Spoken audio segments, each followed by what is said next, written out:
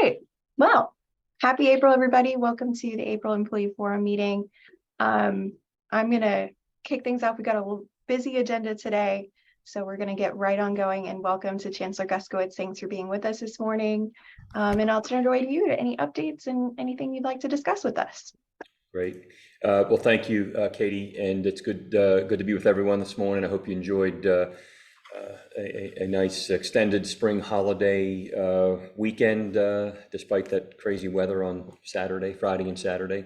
But it's beautiful Carolina blue sky out there today, and so I hope you can find some time to get out and enjoy it. But looking forward to our agenda today, and I know we're going to hear from Gordon and Kim and some others. And so I just want to start by saying thank you to you, our staff and employees. You're doing incredible work serving our community, and I know you don't hear it often enough. And so I just want to thank you, and you are serving not just the people here on our campus, but as I like to say, the people of North Carolina and beyond. And so thank you.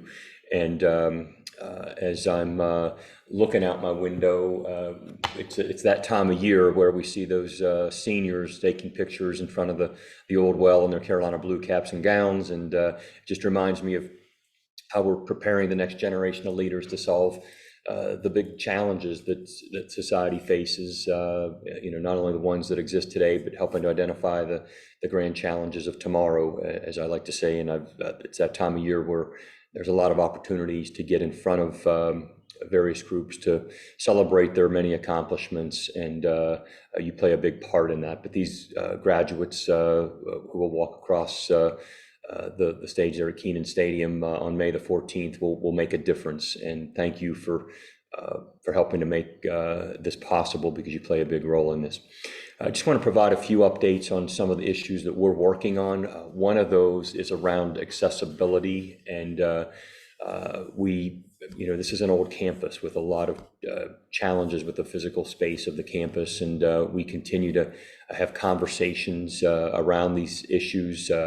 Some of you have been part of those conversations. Most recently, we've been spending a lot of time with students who have raised concerns around students with physical disabilities, some of the challenges that they face. I want to thank Christy Hurt, my chief of staff, and several of our vice chancellors, Becci, Menghini, Nate Knuffman, Amy Johnson, and others who've been taking time to meet with students and continue to work towards solutions to hear their challenges and to be sure that we're addressing them.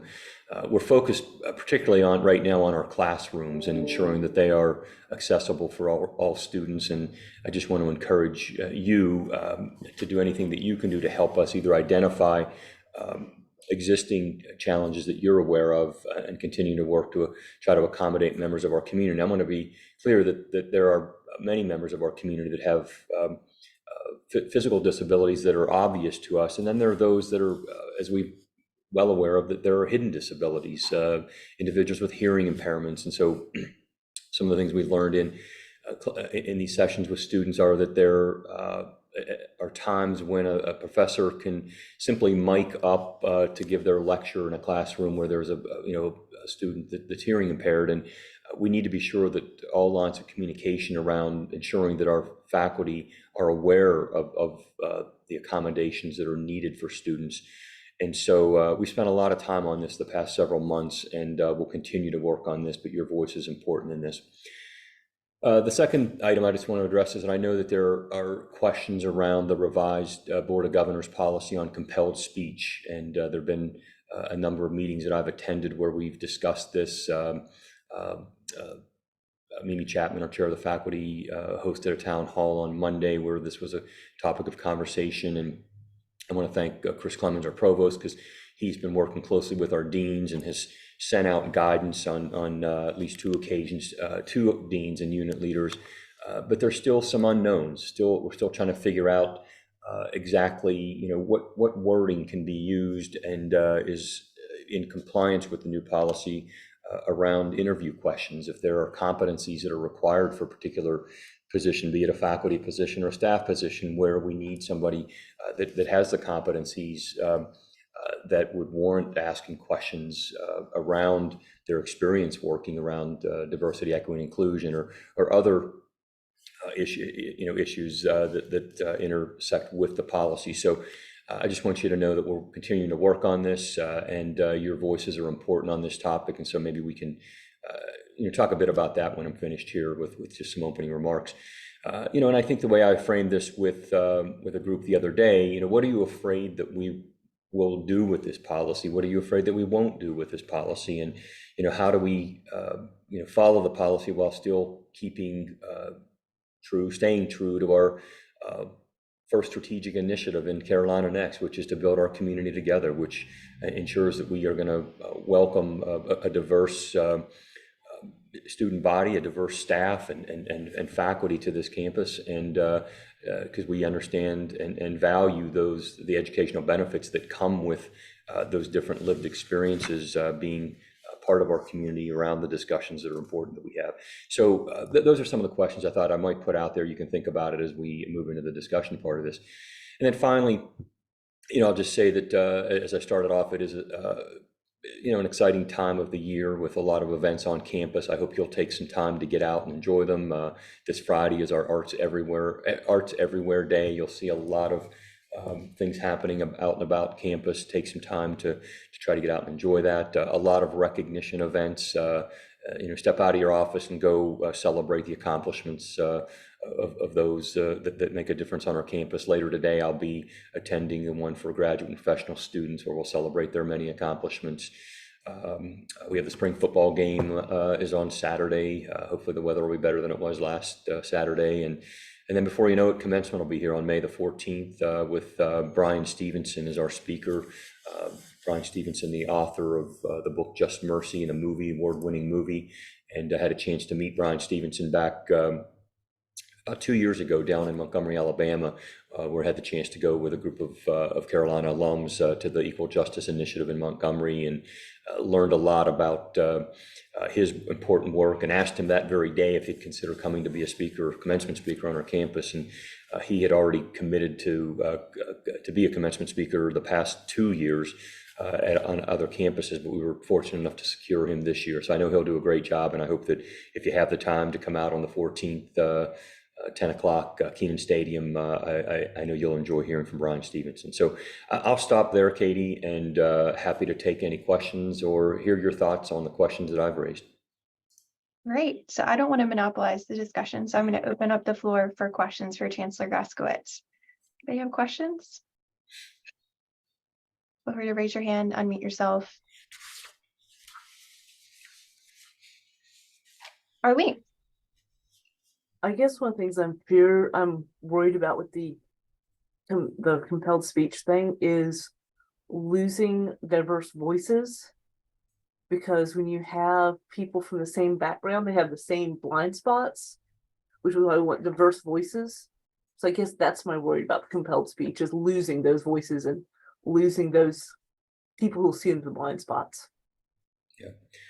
No, thank you, Arlene. And I know that's been a concern has been raised by others, and I want to be clear that we still aspire to have a diverse faculty, diverse student body, diverse staff, and I think there are ways to get to that place. I've already mentioned Carolina Next, which is our strategic plan, and I think there's a way that, as you are participating in interviews, to ask candidates how they would contribute to elevating the priorities within Carolina Next. The first of those being to build our community together, and how they would elevate those priorities and contribute to them if they were a member of our community. And so I think there are ways to get to those important questions and answers. So, Rebecca. I think to that point, I think, you had mentioned that, finding ways to ask the questions when a position, when that is key to a position. And I would just like to posit that I think that's key to almost every position here at the university. And so I just wanted to express that concern that it's being limited to specific positions. Yeah, thank you. I think another thing I would expound upon is hiring managers are already really under pressure. stretched thin in a lot of cases, and having to bend over backwards to try and figure out creative ways to ask questions instead of having to do that extra work. Some folks might just, instead of having to come up with a creative question, just not ask the question at all. So I fear that the path of least resistance will not enable us to ask the important questions and get at the questions we need to, because this policy frankly makes hiring managers' jobs harder. Katie, is there an example of a question that you would typically ask or like to ask a candidate that you feel is not permitted So now? is Shayna on the call? I wish Shayna was on the call. She actually read a question that she had in a recent search at that town council the other day that Mimi hosted, and it was rejected. The question was rejected, and it was essentially, how would you contribute to the inclusive culture of the team here? And it was a creatively worded question that didn't really kind of, break any rules that we were aware of, but was rejected anyways. So like, there's concerns like that of questions, even when we're trying to be creative and get around this new policy, that are of concern apparently. So I can jump in on that one if you'd like, Kevin. Sure. I think it's fair to say we've all struggled some because of the language of the compelled speech guidance. It's a little bit broad. So what we have talked about internally is ensuring that the questions are really tied to competencies, and that we're ensuring, somebody pointed out earlier that all of our jobs have competency requirements, and all of those competencies really do, or all of those jobs really do require that we can work in some fashion with a diverse set of people or audience. And some of that can be tied to teaching, and some of that can be tied to outreach. There are lots of ways that we do that. But instead of saying like, how do you feel about diversity? How do you contribute? Just generally, we're really encouraging people to be a little bit more thoughtful, to say, what is the competency required for the work? And then how does the question tie to that? So the way I'm framing this is, what is the job?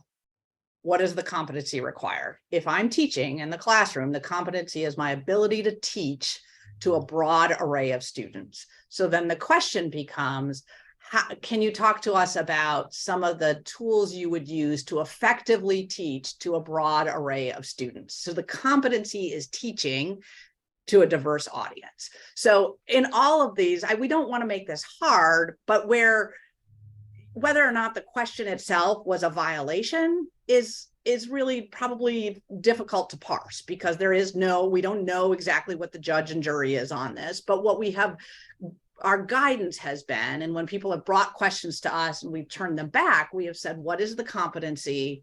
And then how do you frame the question around the competency? So to reframe that question, you could say, how might you contribute to effectively teach or effectively do outreach or whatever that competency is for that job, and still get at the elements of a broad and diverse audience. So the key here is, we're not eliminating the ability for you to ask. We're encouraging you not to ask with the expectation that you're just giving a blanket diversity statement, but rather that you're asking about a duty that should be tied to the job. And truthfully, we hope we're doing that in all of our job questions.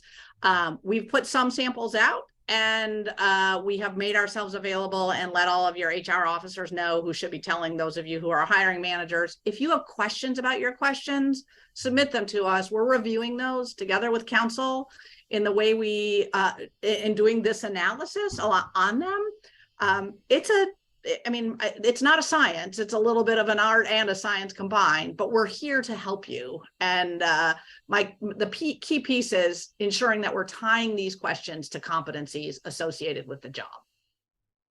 Becky, I think it's a great, Becky, I think that's a great sort of way to frame it, and tying it to that. And there's a way to ask the question that where it is permissible.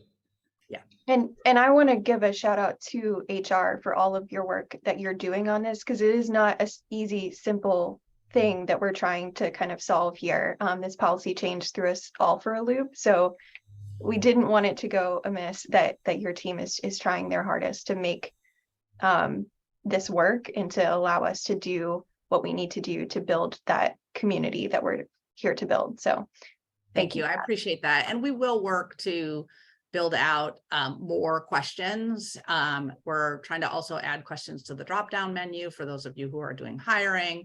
And we'll make sure that people have a sense of what we're currently, I don't want to say approving, but the things that we're suggesting we believe would be within lines in compliance with the new policy. Rebecca, and then there's a question in the chat. Yeah, and I think, to Katie's point about, hiring managers being stretched thin, I think there's a concern, and even with HR's work on creating questions or, reviewing questions, the concern about there being a chilling effect, if you will, on hiring managers, even being willing to go there or propose questions, the extra time, the extra effort of trying to create a question that's going to fit. I think in some cases is likely to lead to, I'm just going to skip this entirely.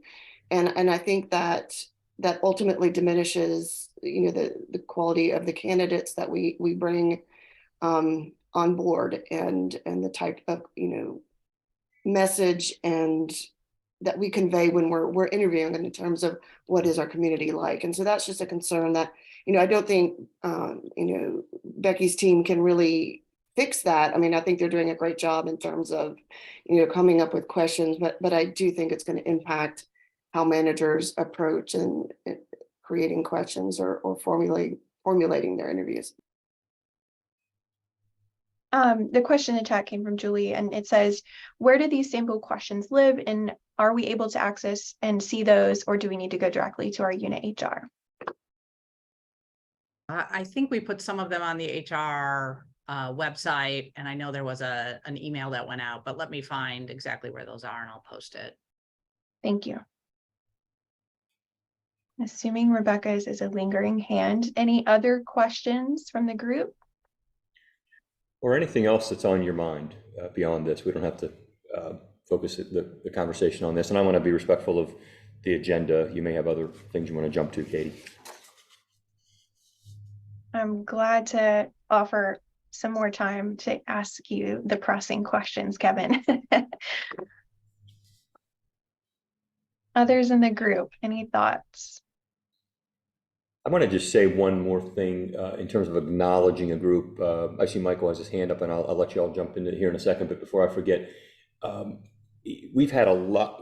I was talking to Nate Knuffman yesterday. We've had a number of situations on campus the past, it seems like it's been a rough 2 or 3 weeks, just with facilities going down, flooding in buildings, trees falling down across the street over here just on Monday, or I guess it was on Monday, or Sunday, I think, over by the School of Government. Our grounds and maintenance people are just incredible, and I don't, do whatever we can do to thank them. I've sent a note out, but they are incredible, and the same goes for housekeepers, and so just say thank you when you get a chance. I'm doing the same, but they keep our campus safe and looking beautiful as it does today as I look out the window. But we've had a rough few weeks with some events on campus, and so for those of you that are on the call that interface with those employees or those here who do this important work for us, thank you. So Michael. Yeah, it's not entirely about the policy changes around compelled speech and questions in interviews, but it's tied into that, I feel like. Between that and the commentaries that have appeared in public recently from various people involved in state leadership saying that they dislike or they are concerned about, quote unquote, initiatives like DEI and B, then I just want to point out that for those of us who have marginalized identities and for whom public education has been a safe place to build a career and feel welcome, those sorts of things have a very strong chilling effect. It's not just now about the questions that I can ask a potential employee. An environment like that makes me wonder, am I still as safe as an employee as I have felt for the last 14 years? And my hope is that the answer is yes. And I realize that you cannot personally change the hearts and minds of the people in the system office, or the state legislature, or anybody like that. But I just want to say out loud that those of us who are affected by that and feel targeted by things like that from those levels of leadership, we know that we're being targeted by that. And that things like this are not just about the people who might work here. Things like this are also about people like us who already do. Michael, thank you for sharing that. And I want you to know that, and we talked about this at our cabinet meeting just yesterday, our commitment to diversity in all forms remains unchanged. And we will, it is, I've asked people often, who are questioning some of this, if they're, are you sure that your values are aligned with the values of this campus and those that do all the this important work every day to be a leading global public research university. And so I will continue to amplify that we are committed to this, and if in any way you or others are feeling unsafe, we need to know about it, and we will do everything to ensure that you not only you need to know every day that your voice is important on our campus, and that we're going to continue to amplify the importance of diversity, equity, and inclusion. Arlene. I have a complete change of topic, and this is mea culpa. I may have just missed something. But what is the reasoning for changing next year, the date of next year's commencement? Yes, thank you. I can take that one for sure, because it's been over 30 years now since we have not held a commencement on Mother's Day. And for many years, we have received, concerns about that. Now, what mother isn't proud to sit in Kenan Stadium and celebrate the accomplishments of their student on Mother's Day? What better Mother's Day gift might that be? But it's also, it takes from many mothers who are forced to come into work on Mother's Day because they are, in some way, some of you, I'm sure, have been called to work on Mother's Day to make sure that ceremony runs smoothly. And so we've been looking at ways to work in a Saturday commencement that would free up Mother's Day for everyone on occasion. And so we're going to give it a shot. It's been on the calendar for about a year and a half now that would try this for next year. If it works okay, if it goes well, we'll probably work it into the cycle, maybe such that once every 4 or 5 years we could hold it on Saturday off of Mother's Day. That's the reason. We're going to give it a shot and see what happens. Rebecca, I know you have a follow-up to that. I might.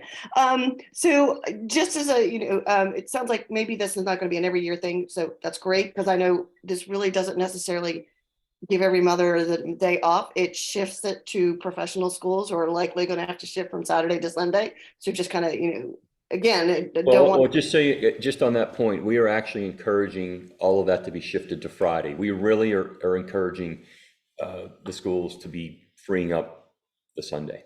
That's difficult for professional students who are starting jobs.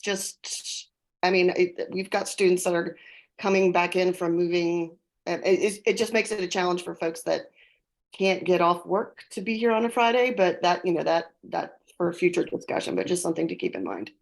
Okay, thank you. Mm-hmm. All the logistical things that staff deal with on a daily basis is just more things to think about, but we appreciate you thinking about those things. Julie. Yeah, so I put up a question in the chat, just shifting back to the accessibility piece that you were talking about. So it sounded like that you're already starting to look at classrooms and the accessibility of that, which is really great to hear.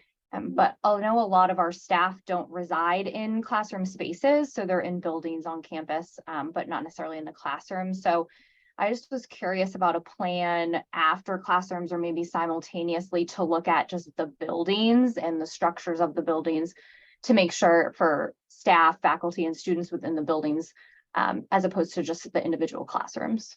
No, thank you, Julie. We're looking at a number of sort of issues, everything from Elevators, we're replacing several elevators because we have old buildings with older elevators and they tend to break down. So we're replacing, just with funds that we received from the General Assembly last year, 6 or 7 elevators. We have another 6 or 7 that are on the list for this coming year.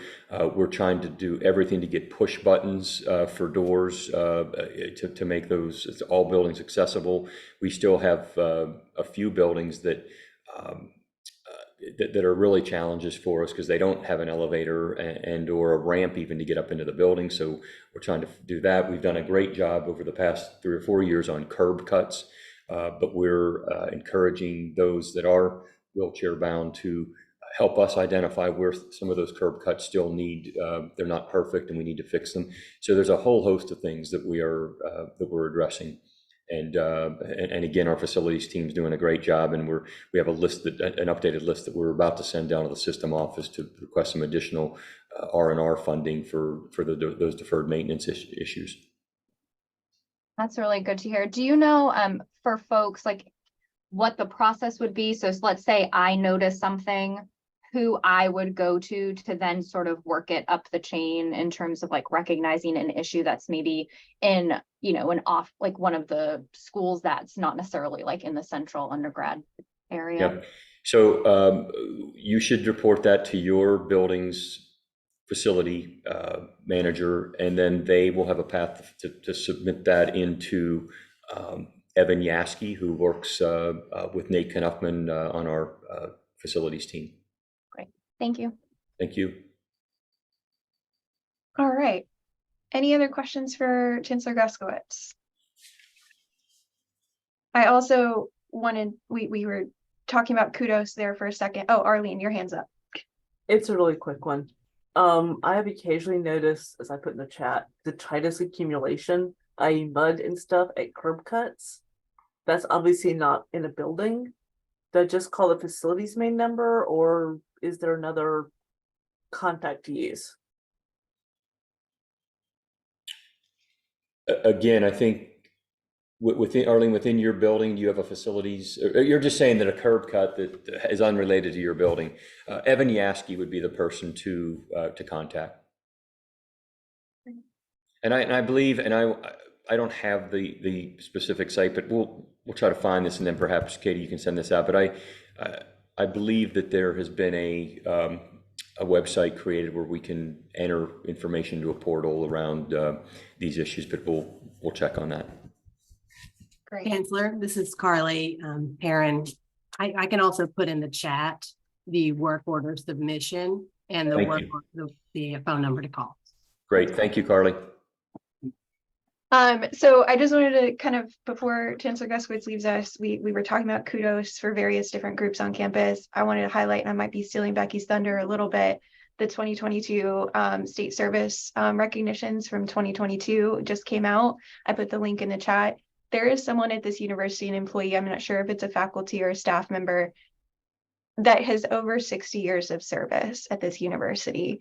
I encourage you to just take a look at the recognized folks on this page, but Albus Page, who has 60 years of service at UNC, kudos, clap for that, the many years of service at this university. But yeah, I encourage you to, if you want to smile today, to go check out the names of the folks that are celebrating years of service this year. And thank you to Becci and her team for getting those years of service recognized and to kind of reinstitute some of our planned things around a banquet and all those kind of things. So thank you. Oh yes, and Mandy put in a link to a story about Albus Page. Amazing. All right, folks. Well, thank you, Chancellor Guskiewicz, for being with us today. As always, we appreciate you. And you're always welcome to come back. And we look forward to seeing you next month. You're on our agenda to welcome our new delegates and charge them as they begin a year of service on the Employee Forum. So thank you. Well, thank you, Katie, for your leadership. I, as you know, recently sent out an email encouraging our employees to run for office and also to the supervisors to support those who want to serve in leadership roles that are really important to our campus. So thank you, and appreciate all that you do. And I'm going to stick around for a little while here for the meeting, but we'll need to run off a little after 10. So thank you. Awesome. Thank you. So we're going to switch things up a little bit. Vice Chancellor Merklein's not on the call yet, but I see Director of Ethics and Policy Management, Kim Strom, is with us, who is calling in from Italy, I believe. So thank you for being with us this morning. Yes, thank you. Well, and thank you for having me and for making the time. Yes, I'm in Milan, and no need to, no need to feel sorry for me in that regard. I'm here at a social work research conference. So, I really appreciate all that you do, and I'm grateful for a chance to get on your agenda. And here in Italy, a little appetizer, a little tapas-sized meal is a cicchetti. And so I'm just going to give a cicchetti-sized overview of what the ethics side of the ethics office does, and with the hope that maybe a full meal can follow, or I'll certainly hand off to the leaders, your leadership and comms folks, some follow-up information, but I'll just give a brief orientation. So my office was created in 2016. I'm actually 20, I think I'm coming up on my 24th year at Carolina at School of Social Work, and I've been Director of Ethics and Policy since 2016. And all of you, I know Matt Teal and his leadership on the policy side of our operation. I sort of anchor the ethics and integrity side, and I'll just tell you a bit about what we do in those three aspects. So one is ethics education and consultation. So we sponsor Global Ethics Month and have a variety of speakers and presentations. We partner with the PAR Center on some of their activities. I do responsible conduct of research training with postdocs, take phone calls and do consultation around ethics issues, and try to do one of the ethics trainings that I do that we're putting online, and we have a number, but one involves, am I my colleague's keeper? And sort of what are the ethics in the workplace when there are things that we observe with our teams that what are our obligations to help create a culture of integrity, even if we're, regardless of the position that we're in the university. As some of you may know, my particular research interest is in moral courage. And so really trying to understand what in us and in our organizations keep us from doing the right thing, and how do we help make a culture of integrity where it's expected and honored that people do the right thing. So that's a nice fit for my job with my research interests.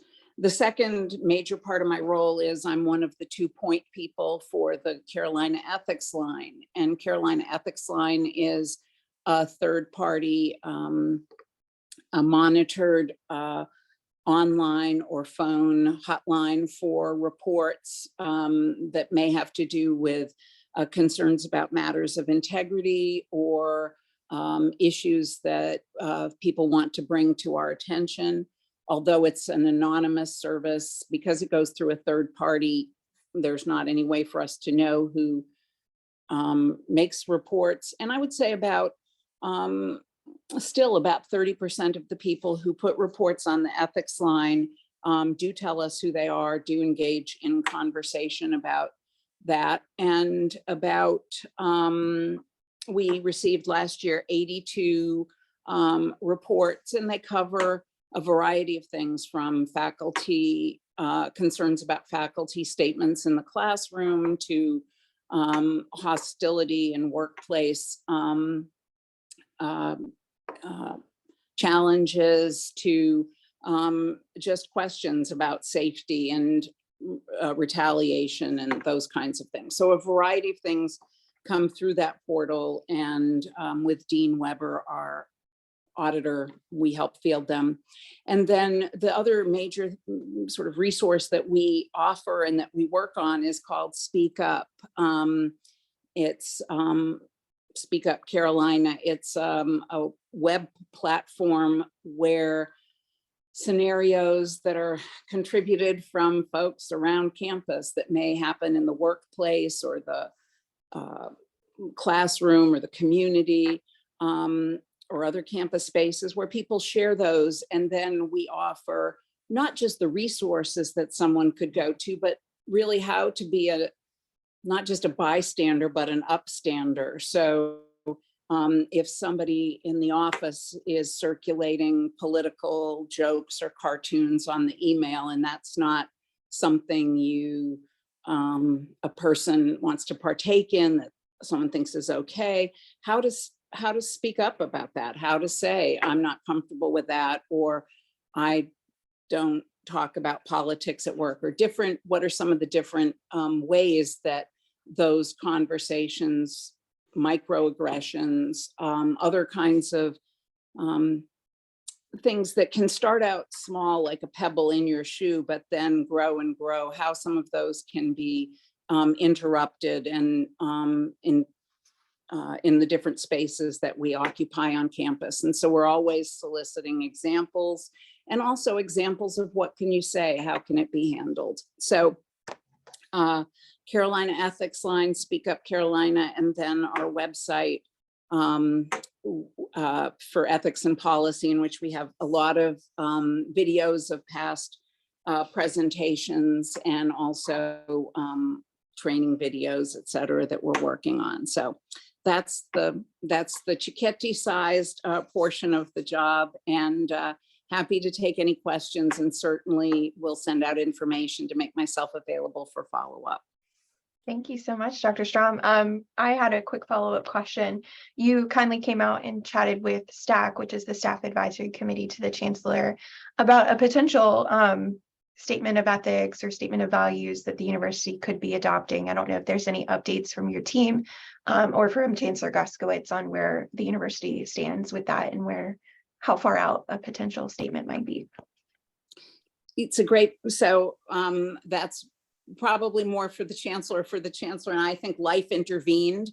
We did meet following the meeting with STAC. We met with the students, and so now we'll have had meetings with faculty, staff, and students. And I do feel that there's a common core of response that this is something we need. And we've talked about various directions for follow-up. I don't know if Kevin's still on, but it hasn't fallen off the radar. And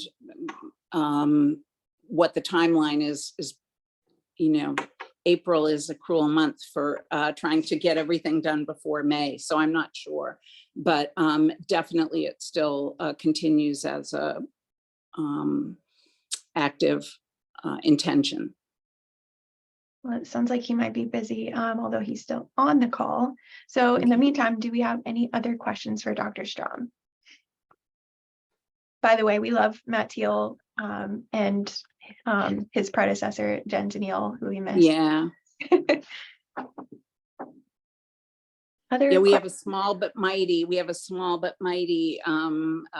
team over there, and also fabulous undergraduate interns who help also with our policy review and our work on Speak Up. So great. And kudos and thank you to the policy review committee's work as well, because I know that's an important piece of it absolutely is. Thanks, Katie. Arlene? Do we have a link for the you said the page with the ideas and suggestions on responses when uncomfortable discussions Sure. like that come up? Thank you. Sure. And yes, I'll try to feel free, Kim, to send me any resources you want to provide to the group, and I can forward them on. Great. And when I'm not talking, I'll put that in the chat so that you at least have it for the rest of the meeting, and then we can follow up. Great. Any other questions? Well, we're here for you. So thanks for what you do as a group and also individually in your different sectors. It's great to see familiar faces, even in in stamp-sized portions. So thanks for having me. I really appreciate it. And I'll put that speak up information in, and also look forward to talking further. Great. Thank you so much, and safe travels back to Chapel Hill. Thanks so much. Take care. All right, folks. Well, we're moving on to our next special presentation. We've got Vice Chancellor Gordon Merklein with us here today to talk about the work his office does with real estate and campus enterprises. In particular, his team is doing some important work for the university around affordable housing and looking into that. So welcome, Gordon. Thank you for being with us this morning, and I'll let you take it away. Thank you, everyone. I'm going to share my screen here for a brief presentation just to give everyone a flavor of what our department does and the various areas that it covers from an operational perspective of the university. So we are a division of finance and operations under Nate Knuffman. And within this specific area, we oversee campus real estate operations, which are mostly off campus, so leased property that people may be in. We also manage properties on behalf of the university and its various foundations and endowments on Franklin Street. So, for instance, if you've been to the Carolina Coffee Shop, you have been in a retail establishment that is owned by the UNC endowment, and so we manage properties such as that. Auxiliary services, most people know that is dining and the student stores. Energy services, obviously, speaks for itself. And trademarks and licensing is protecting the brand and image of the university. And then transportation and parking, which we'll talk a little bit more about here in a second. That's where we coordinate, obviously, all the traffic, the parking, transportation in and around campus. One of the big things that we're doing right now is the 5-year plan for transportation and parking. Every 5 years, the university comes together. We pull together a group called ACT, Advisory Committee on Transportation and Parking. And we have executive sponsorship from the Chancellor's cabinet and a pulled together consultant. In this case, Kimberly Horn was selected through a competitive bid process. And we look at engaging the university through outreach efforts throughout this period of time. We go through a deep dive of our existing operations, technologies that we use, issues that we have. For example, those of y'all that participated in this so far understand that, we're in a different work environment now with hybrid work and how the needs for parking have changed. And so we'll need to address that. And if you ride the fare free bus, then the university is helping to fund more than half of the operations of Chapel Hill Transit to ensure that we have those key routes for our students, faculty, staff, and not only the university, but the healthcare system as well. And last but not least, the transit system, like all auxiliaries, are statutory receipt supported, so they must pay for themselves. So that's an important part of the plan. Leadership is key to making this work. On the right side of the slide, you'll see how diverse this group is, this advisory committee is, right? Student affairs, colleges. We have Katie, your chair, is a member of the ACT team as well as Keith Hines. So it's important to have representation from the employee forum, faculty, graduate, across the way, right? So it's a very we think, group that really brings together the different voices from across the university and healthcare system to that. Where are we in that process? Well, we launched in February with our kickoff meeting. We're now in a deep dive with Kimberly Horn, looking at the data collection of all the information that we'll need to do to move forward. You will then see us move into an outreach stage where we'll actually have meetings with working with the forum, with students, et cetera, engaged throughout different points of campus to engage with people on how they use transit, how they use parking, how they get to work, get around from a mobile perspective. Then this group comes together with the help of the consultant and makes recommendations, both short and long term. We cap that off with a financial plan as to make sure that we can support and we have the revenue in place to support what it is that needs to be done. And then to the extent that there are any updates to the ordinance, we make those changes. And then last but not least, we hope in spring of next year, we will take this to the Board of Trustees for adoption and approval of the transportation plan. And I will be sure to put in the chat the link to that, to the act process, et cetera, and the transportation plan, so you can look at that further. The last thing that I was asked to talk about is something that I'm really excited that we've been doing, and that's a housing and affordability study update. We came together with the healthcare system to look at how do we define affordability across campus and across the different sectors. What is affordable for someone in housekeeping is different for someone is for what's affordable who has a new teaching position at the university. People are all finding different levels of affordability challenges, from rent to home ownership, et cetera. So what we want to do is actually pull together some data to try to help us assess. So we have spent the last several months collecting data. I hope many of y'all through the forum helped us push out a survey that we sent out to all the employees that asked about their patterns of how they worked, where they lived, where they wrote hybrid, what kind of challenges did they have, were they looking, did they own a home, et cetera. We've also then taken data that the university HR is providing us, blind data on where people live. And so we can identify clusters and categories of different types of jobs across where people live and how they cluster. And we've also had key interview stakeholders. And so we've closed that survey. We're now in that process of pulling that information together and trying to analyze it and assess it so that we can come up with a series of recommendations. One, identifying how we identify affordability and what those gaps are. So that we can say, this is a gap if the average price home, and again, we're not just looking at Chapel Hill, we're looking at a region, because we know that not everybody desires to, not everyone necessarily wants to live in Chapel Hill. Some people want, but people may want to be within a 10 or 15 mile radius. So we've looked at sort of the exurb areas and identified these cluster areas, and then tried to say, okay, so if someone wants to, for instance, live in Hillsborough, what is the median price for a home in Hillsborough, and how much of their salary would someone have to utilize to either rent or own in that specific submarket?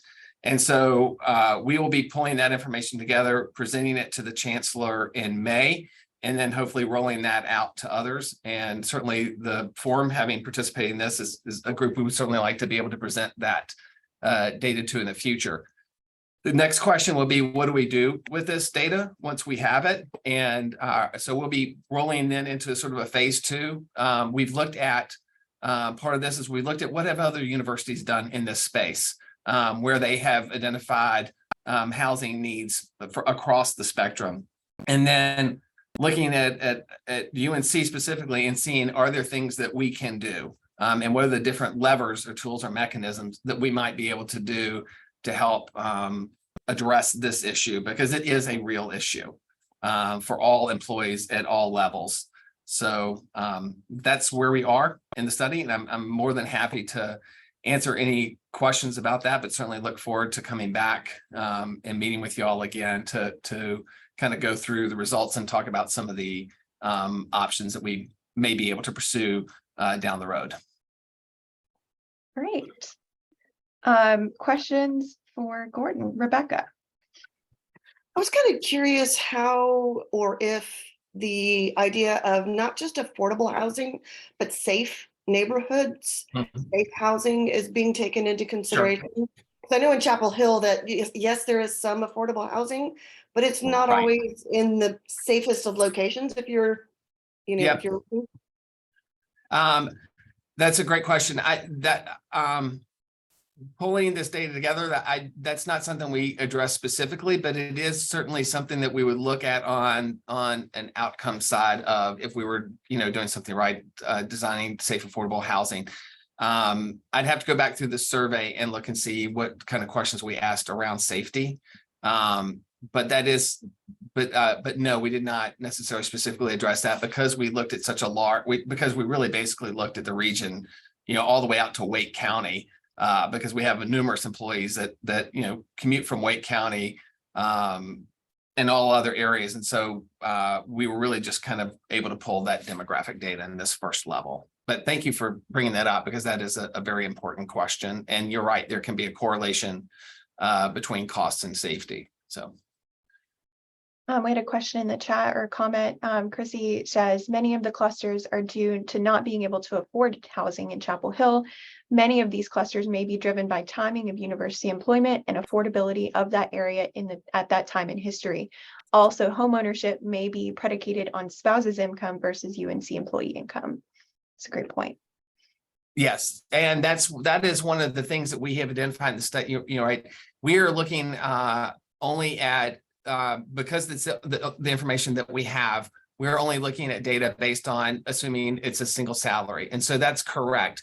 That is obviously if you have a spouse or a partner, or you're renting and you're sharing with a roommate, then that really expands your opportunities. And while we were able to pull some of that information out of the survey, it wasn't enough to really look at the whole piece. So the data assumes a single income. So that has definitely been one of the things that we've had to, as we've been looking at the studies, how does that impact? But that said, there are certainly a fair number of people who work at UNC who are, single, or they are the sole provider for their family. So it's a baseline, but we're not able to certainly capture and say, okay, but it does, it will address that. For instance, if you are in that area, that, okay, I'll need a salary of X to be able to afford a home of Y. And then whether you're a single salary earner or you have a dual family income, obviously you can augment that from that perspective. But that's an excellent point and something we've struggled with in assessing the data. As a single person, I appreciate using a single income as a baseline because not everyone has the luxury of multiple incomes. Chrissy added to that comment, tapping a group of employees with tenure and possibly raised in Chapel Hill might be a helpful perspective over time. I'm sorry, could you say that one again? She added to her comment, just tapping a group of employees with tenure and possibly raised in Chapel Hill might give a helpful perspective over the course of time. Great, thank you for that. Other questions, comments, thoughts for Gordon on various aspects of what him and his team do?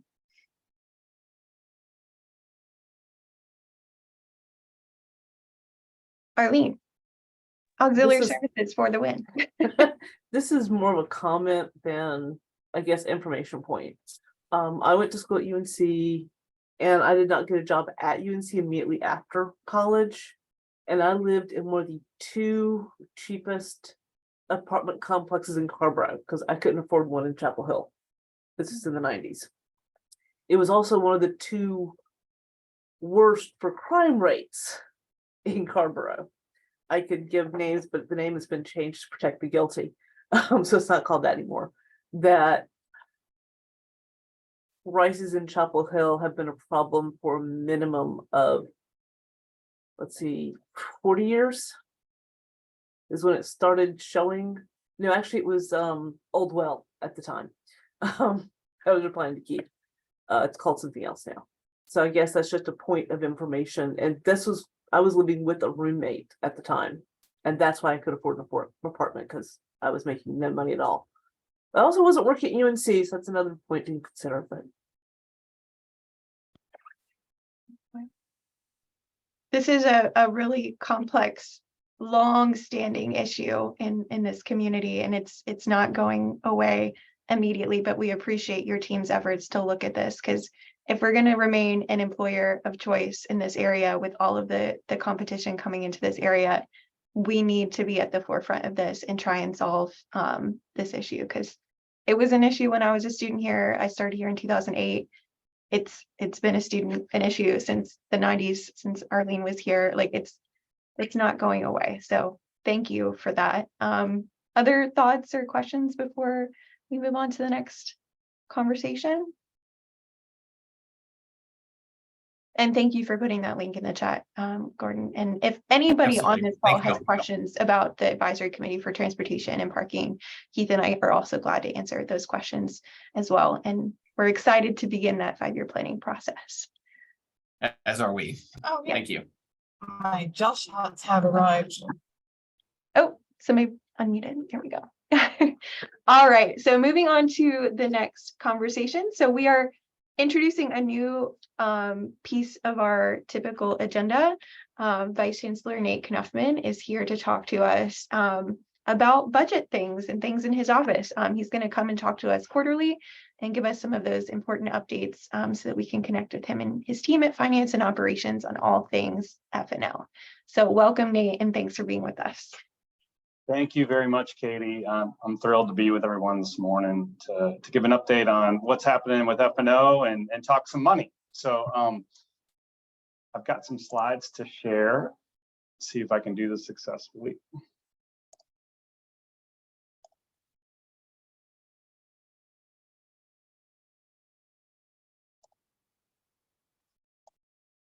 Everybody see that okay? I must start. I looked down at the tagline, "We make Carolina go," and I have to echo many of the comments the Chancellor made. We have so many at this university who are doing things that are doing it invisibly, without recognition, at times at all hours, whether it's a fire at some time in overnight, there's a water leak, there are trees down, people sacrifice from their families to really make the place go. And I just want to say thank you to everyone who does contribute in those ways. We don't get to say it enough. So thank you. All right, shifting over to budget. Where are we with the budget process? We started back in October. We sent out instructions at the campus level for requests. The bulk of the work really happens in that December through February time period. We bring that information together that we collect across campus. We have a series of meetings with every unit on campus, so 30+ meetings, and really go through challenges, opportunities. How do opportunities align with the strategic plan of the university? That culminates in budget recommendations we put in front of the Board of Trustees in March of this year. At that meeting, there were several questions raised, and we're continuing to work on addressing several of those questions. And we are now having a specially called meeting at the end of April 27th, to hopefully finalize approval of the budget from the Board of Trustees. After that point, we will then be handing off the budget to the Board of Governors in May. So it's quite a process. I do want to note that is campus resources.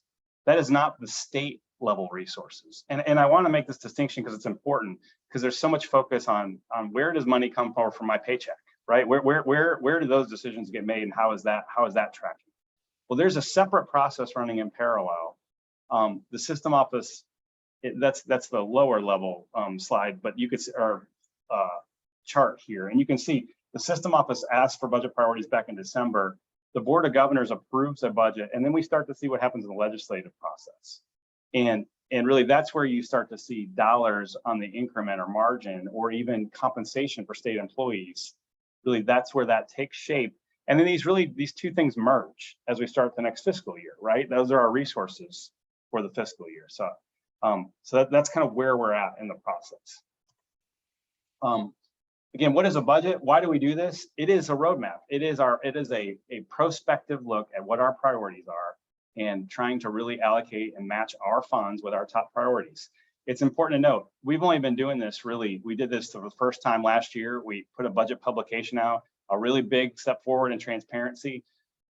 This is the second year. There's some format changes. A lot of that's driven by the system office. We're not really in control of some of that. So I think there are some limitations in how you view it, what it looks like. That's some of that's outside of our control. the way it starts, units are really given a base budget, really that's essentially what last year's budget was, with certain adjustments, have the opportunity to make requests. In total, those were over $100 million of requests. And so a very sizable amount of stuff to work through that we've been hard at work on.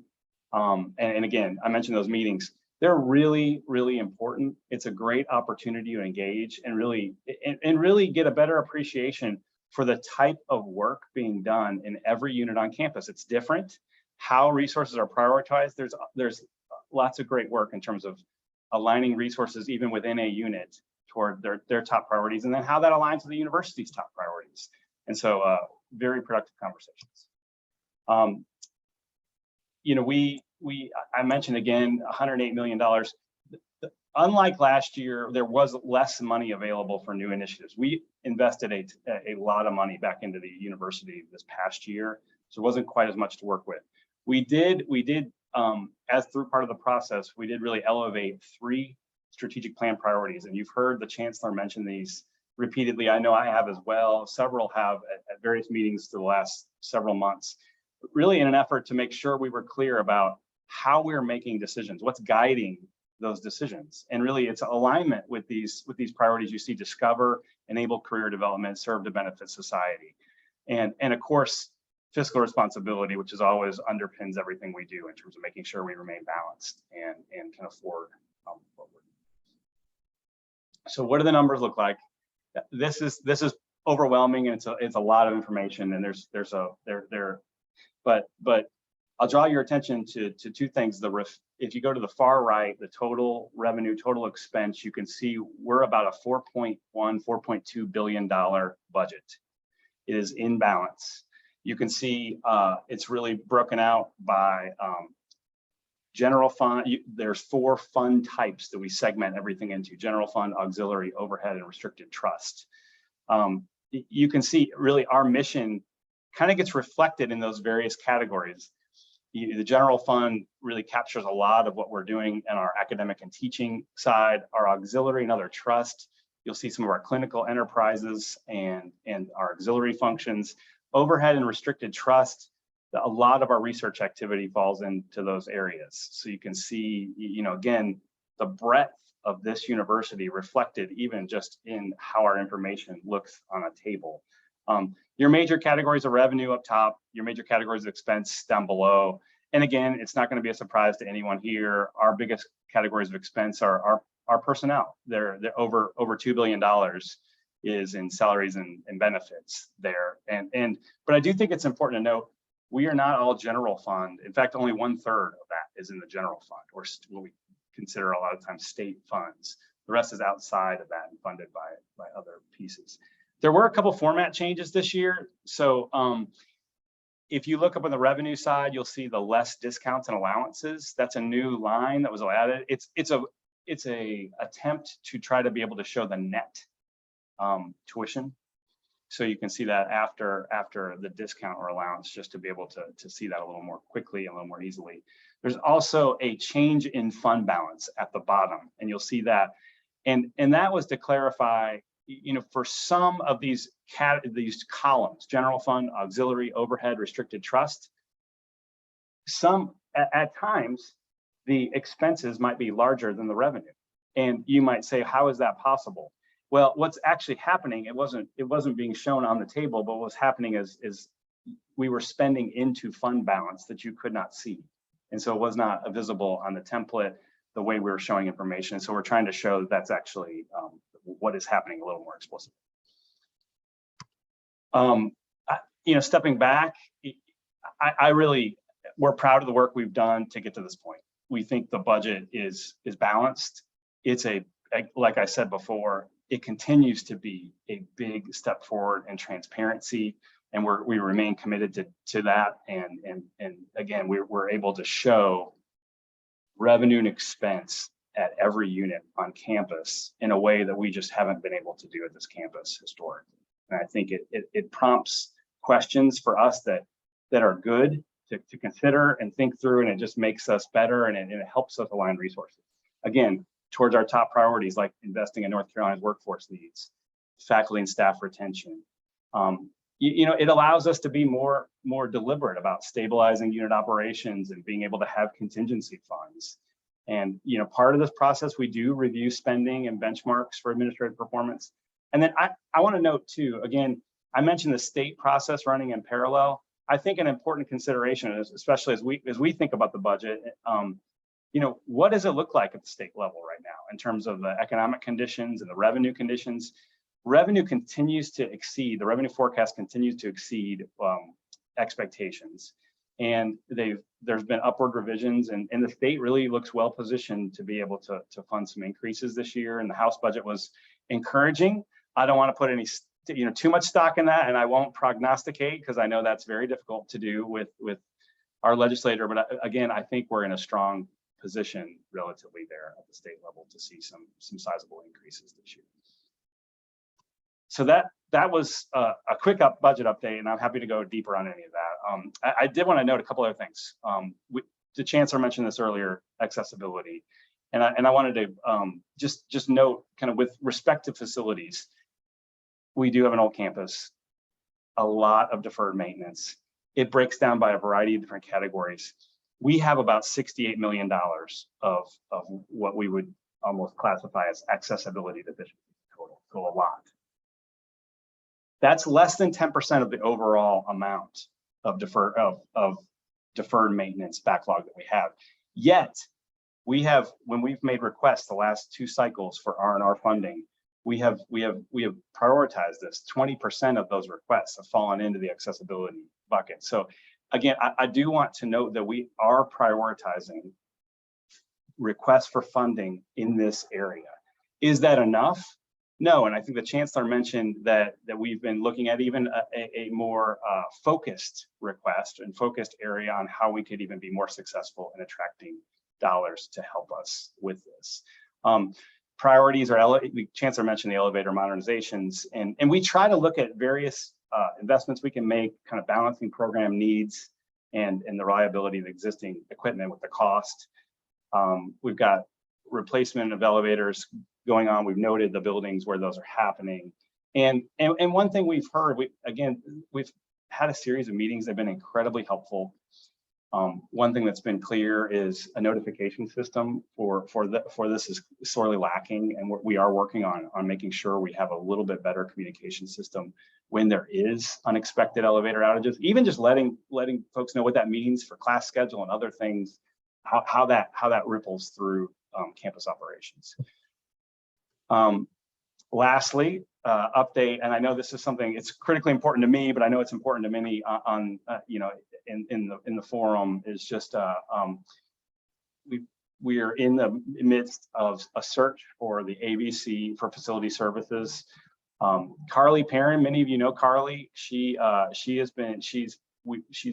very thankfully has agreed to serve as executive director serve as interim ABC for facilities until this position's filled. We do have a search firm, Helbing and Associates, leading the search, and Gordon, who you just heard from, is actually chairing the search. We've got a pretty broad group. There's some folks from F&O, but there's also many campus stakeholder partners and some BOT members on the search committee. We'll be trying to get finalists and bringing them, and there will be an opportunity to get in front of multiple campus groups, including staff at that time. So we're again encouraged with the early results in terms of the quality of the pool, and again, I'm happy to take questions on any of the information. All right, questions for Nate. Hang on. All right, I know there's got to be questions. Arlene. I'm sorry, I am so talkative today, y'all. Do we actually have a number of elevators? I know we have a number of elevators. Does an actual numeric value of these are our top elevators that need to be fixed? Well, it's actually those. We believe it's those that are listed on that sheet that are in flight. So I think those were the ones that were the highest priority, given either the condition they were in, they were so old and so unreliable, or it's the volume of people they're serving. Are there more behind that? Yes, I could get you a more complete list though of everything that in the order that we have. I'm just nosy. I want to see if this one elevator that I remember has been fixed yet or not. Hey, Katie. Yeah. Nate, one thing I would like to, it's not a question, it's just to point out.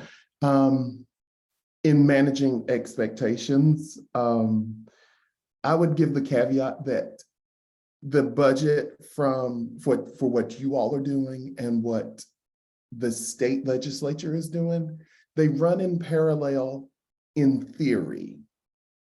Because it's often the state legislature is well behind what you all do. And that's when we find ourselves having to wait. And then the university has to revert and use last year's budget because they haven't been approved for the current budget. So I just don't want everyone thinking that, oh, these happen at the same time, at the same pace, because they don't always do that, or very rarely. It's a very perceptive and accurate comment. I think ideally they're running in parallel tracks, and the state legislature is taking timely action on the budget and intersects with the start of the next fiscal year. We know that sometimes that extends out, sometimes, and moreover, we have even stepped back, and the Board of Governors is likely to look at our all funds process because it's a little earlier, in trying to align that better with how the state process works, so that these two are a little bit more in sync. So it's a good comment. I'm curious, how much of the funding that we get around deferred maintenance to address those concerns, does a lot of that come from state funds and appropriations, or are we strategically able to kind of allocate donor money to that? I know that that's not the most exciting thing for donors to attribute money to, but it's such a long-standing need and something that's really important in accessibility fronts, that it seems like if we could do some creative things there instead of relying on an appropriation for specific projects, that might be interesting. It's a really good thought, Katie. The primary mechanism is R&R funding. And so that's why the bulk of our work has been just promoting this with the legislature, the need and in that area. And I think as a system, we've been more successful. We've actually attracted more dollars in. It's just, we have such a backlog to work through that it doesn't feel as though we've made much of a dent, but we are making some progress. To your point about fundraising, I think we have, we had some changeover in leadership and advancement. I think there may be some interest in really trying to take that on seriously. And so I would really, I'm hopeful there may be some opportunity there, but I do think it's a challenge. One other point on that, even more comprehensive renovations of a building can often lead to accessibility upgrades, right? So that can be a small portion of it. So there may be opportunities to do something that are larger, that may be more attractive to a donor, that also has some accessibility. And is it a certain piece of it required that accessibility upgrades be made when renovations occur?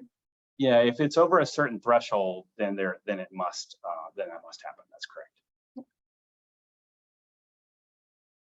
Other questions for Nate on F&O fronts? Elizabeth.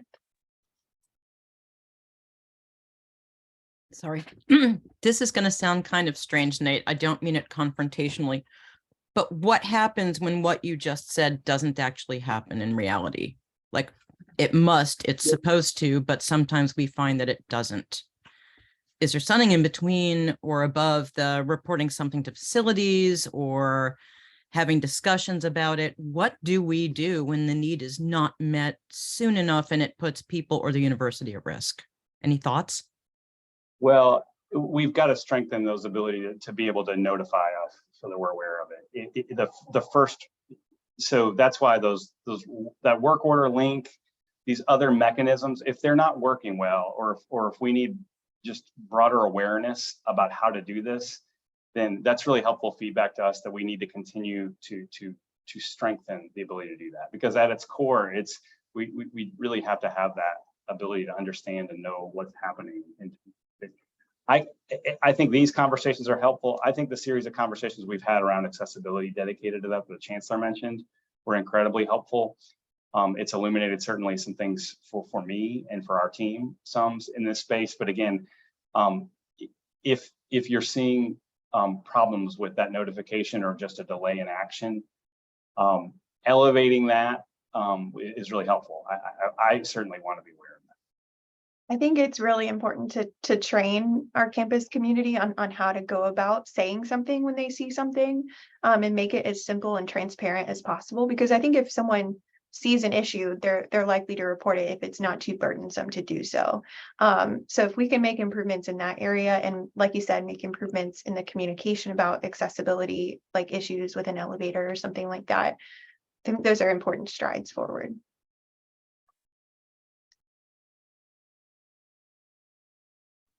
Other thoughts, questions? Nate's first time on the hot seat. Becci will commiserate with you because she sits with us every month. So any final questions for Nate before we turn to Becci? No. Well, thank you very much for agreeing to do this. We look forward to having you with us quarterly and being able to talk with you on a regular basis. I think it's going to be an important step forward and improvement for us and for your team. So thank you so much. Thank you. All right. And with that, we are turning to our traditional HR updates. I'm going to turn it to Becci and her amazing team. Welcome, Becci. Thank you. Thanks for having me. I gotta admit, I was hoping you all would throw a few more tomatoes at Nate. I mean, come on. Just first time, you gotta make it a little bit hard. No, seriously. And to be clear, we put Nate on the hot seat during vice chancellor meetings regularly. So it's not his first time, but yes. And he's covered. I'm out of town tomorrow, so he's he and Link and a handful of others will be there, but he's on the hot seat again tomorrow. So fair enough. Thank you, everybody. I have to say it's a good thing to be able to follow the Chancellor and Nate and the others today, because they hit a bunch of the things on my list. So ideally my update will be short or shorter. But first I want to start in the way I often do, and that's by thanking everybody. But I also want to encourage you all, if you have not had an opportunity to step outside of your offices and out into the outdoors, it seems that while we're not entirely through pollen season, we are certainly making our way through. And when you do that, I would encourage you to stop and just reflect for a minute on the fact that we are stepping outside, the sun is shining, we've made it through another academic year, we're not wearing masks, we're able to enjoy lunch and coffee and camaraderie with our colleagues on campus and off. There were days in the past few years that I'm not sure I ever imagined we'd get to this point. And so please, as you anticipate the days leading up to graduation, take some time to step outside and enjoy the fact that we actually have made it, and we're able to smile and see each other do that across campus these days. Couple of updates. Nate and Kevin both mentioned the legislative updates. If you've been following the news, you know that the governor made a budget proposal. The House has made a budget proposal. We're waiting on the Senate budget proposal. Though thus far, as Nate pointed out, both the governor and this House proposals are pretty favorable for us in many ways, but certainly for state employee increases and to a number of initiatives on our campus. We are anticipating the Senate update, and then the House and the Senate leadership will get together. There will be a conference committee. They will come out with a new budget. So as Nate said, don't take anything too seriously about the two we've seen thus far. The conference committee will negotiate new numbers. They'll get both houses to agree on them. They'll pass them to the governor. The governor will then move forward. Given some of the changes in the legislature, he does not have much veto power. So I anticipate that what you see coming out of conference committee will likely be what happens in the budget. Right now, we are being told everything is on tap to be completed by the end of June or by the 4th of July holiday, which would, to Keith's earlier point, align the two processes more than in ways that we've had in the past, where if they don't pass a budget by July 1, we are required to use the previous year's budget under state statute. We're optimistic that if we have to do that, it would be very brief, based on everything we're hearing right now. Though, like Nate, I know better than to forecast our legislative process. But that's what's happening. The good news is the two that we would have expected to see, we've seen already. The Senate's working on theirs. So we're on target right now. So that we'll take that as a win at this point.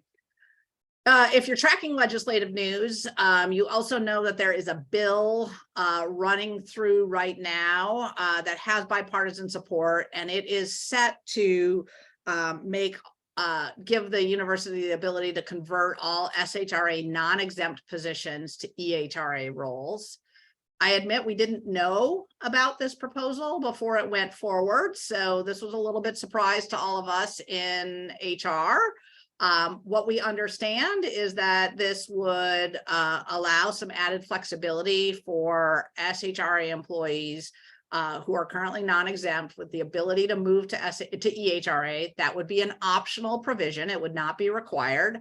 For some people who are later in careers, presumably that may not be something they wish to do because of where they stand with teasers benefits and some of the years of service. Others may decide it is the thing to do. The next question many of you will ask is, well, what about the advancement opportunities? If I convert from an SHRA role to an EHRA role and I don't currently have a degree, and I take an EHRA role, will I be locked into that role forever because I can't advance based on my not having a degree? We have been assured that that is being looked at, and the intention is not to, if people opt to move it over to EHRA, that not have them be locked in moving forward. So there is a lot of chatter happening about this. I expect, based on what I'm hearing, that there is pretty broad bipartisan support, and we will see this approved. What that would mean for many roles, if people opt to move over, is we have more flexibility with the system office to adjust those roles moving forward to be more suitable for higher education than we do when they're banded entirely through SHR. It's not true for all roles, but for some. So more to come on that. I admit I'm giving you everything I know, so we'll give you more as we know it. But at this point in time, we're hopeful that we'll get more about it. A lot of people look at EHRA employees, which is true, they're at will. I'm looking at Joe's question in here. Everyone who converts is an at-will employee, and it doesn't make them easier to fire. Yes. Well, let me answer that. The first part of the question is yes, it would convert people to an at-will employee. North Carolina is an at-will employment state. So yes, EHRA positions are at will. Does it make it easier to fire? Yes, we can terminate people at will. I think you would probably know a lot more stories if that is something that the university did as a regular practice. We don't generally regularly practice at-will discontinuations unless there's a change of business or a change of leadership. So yes, in some ways it's true, it's easier to fire. That is not something that we believe is good for morale or culture or recruiting or retaining people. So, and I recognize somebody saying they're not worried about the university doing it. Supervisors don't have blanket authority without to do those changes without checking in with us. Legislature, that also is not, I mean, there are some rules for how we have to do things. I don't think that's as big of a concern. I see where you're going. That's not something we've experienced in the past. I have a hard time imagining we could both see the sorts of funding we're seeing and then have them turn around and remove those. I just don't see that as a likely option. I'll certainly pursue that more and get more information so that we can assure people when and if this bill passes, and if people want to convert. Many of you know we have been doing conversions already for people who wanted to convert out of we've done ITS, we're in the process of business and finance roles. We've done law enforcement. So some of this has been transition for flexibility within the system. How does this fit with the updates on compelled speeches? To be honest with you, I understand they're totally separate. The proposal for, I understand the reluctant look. I'm getting some questions or some looks on that. My understanding is that the system office proposed this. To be honest, Katie, you can probably chime in on this. The staff assembly has been talking about the limited flexibility with a number of SHRA roles to be able to accomplish the work we have to do at a university, and the way SHRA roles are structured to line up the same way they are for the Department of Health and Human Services and the Department of Transportation. And that work is not the same on our campus. And it's not the same on any campus. So the system actually at our request has been working for a long time to figure out how to get added flexibility for us. And the system is our mechanism for flexibility as opposed to OSHR. This is what that attempt is, because EHRA positions are under the purview of the system office. So I understand the concern, and there's a lot of, I think, well-earned skepticism about what's happening in the General Assembly right now. But I actually believe this was a proposed bit of legislation that they had tried to propose earlier and there wasn't a lot of excitement for. And I think it was proposed, and I believe it's entirely separate. I don't have a lot of data on it, I'll be honest with you, but I believe it's entirely separate.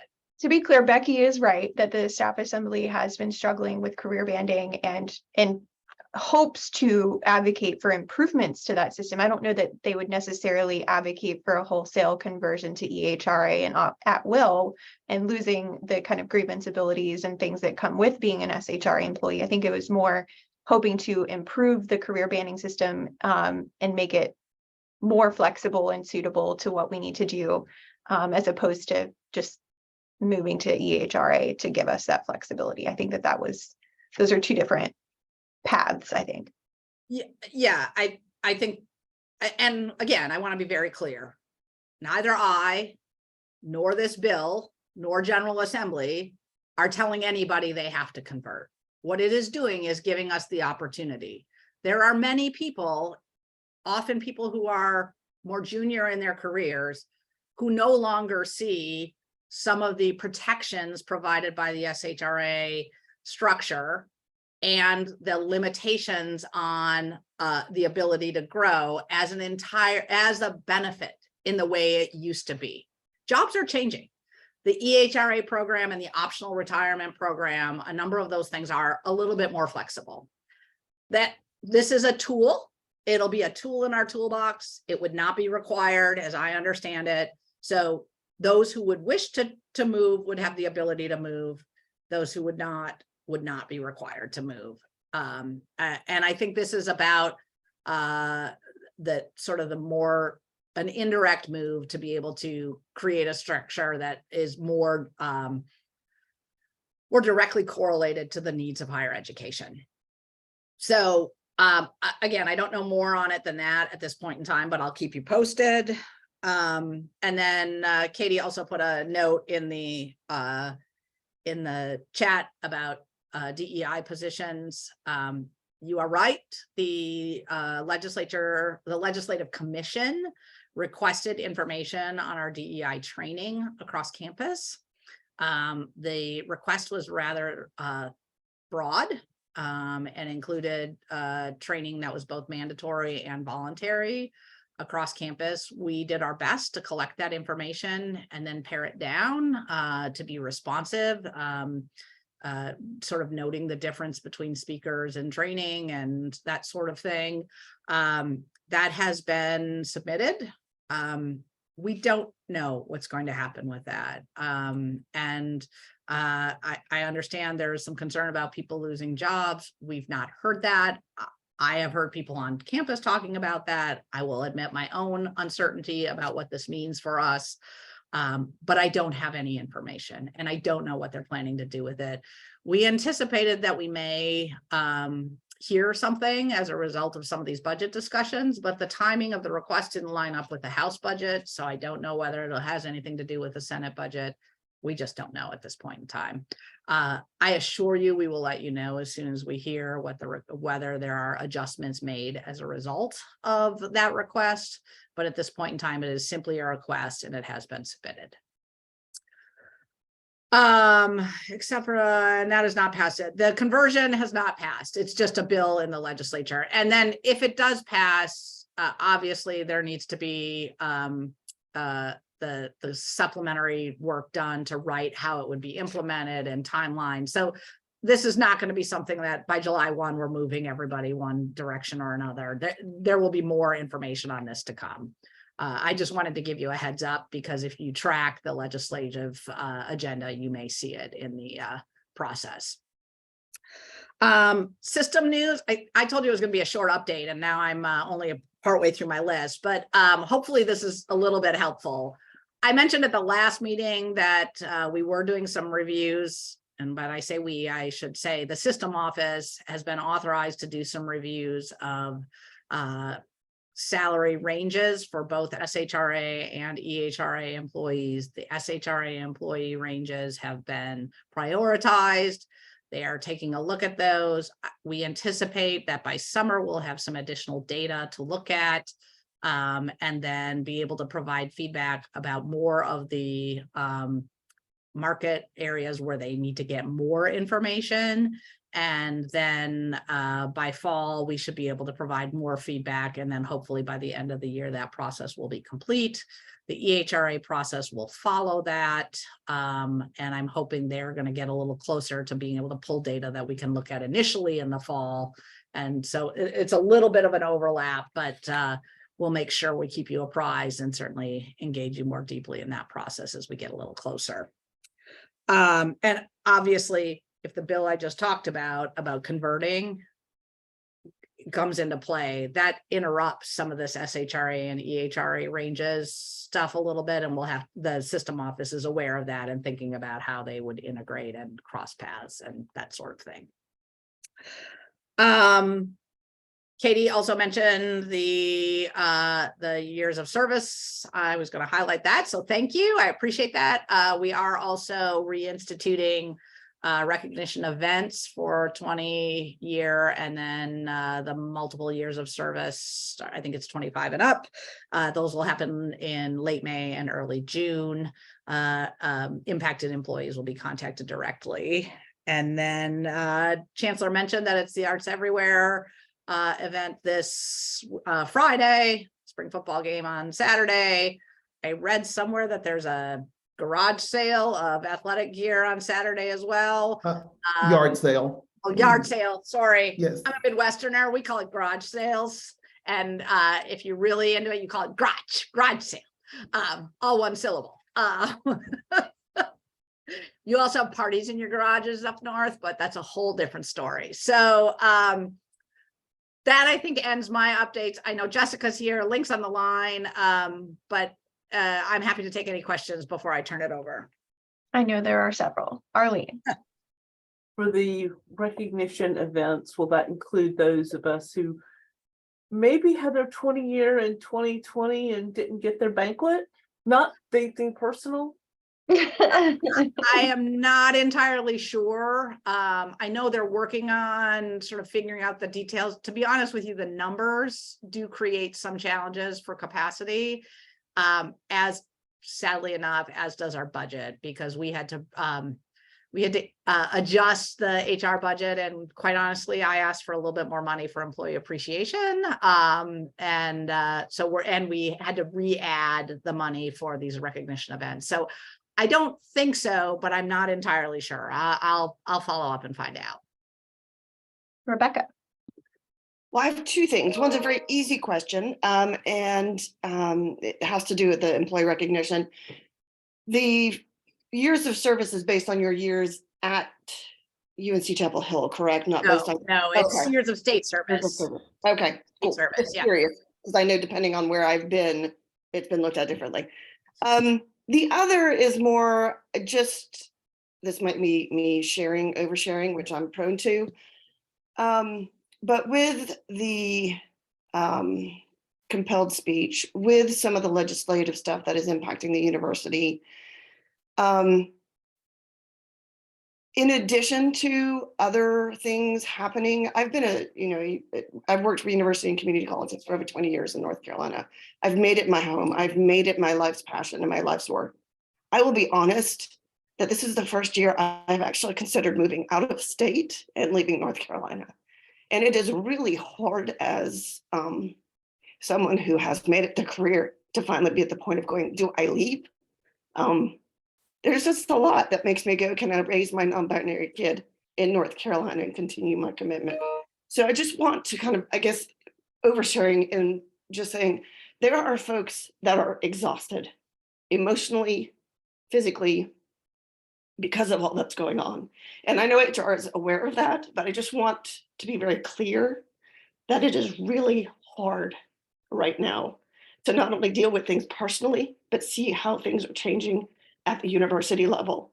And it's just really hard as somebody that has thrown not just their career, but their entire education history into the university system, to see where we are right now. It's just hard. I appreciate that. And I appreciate your candor.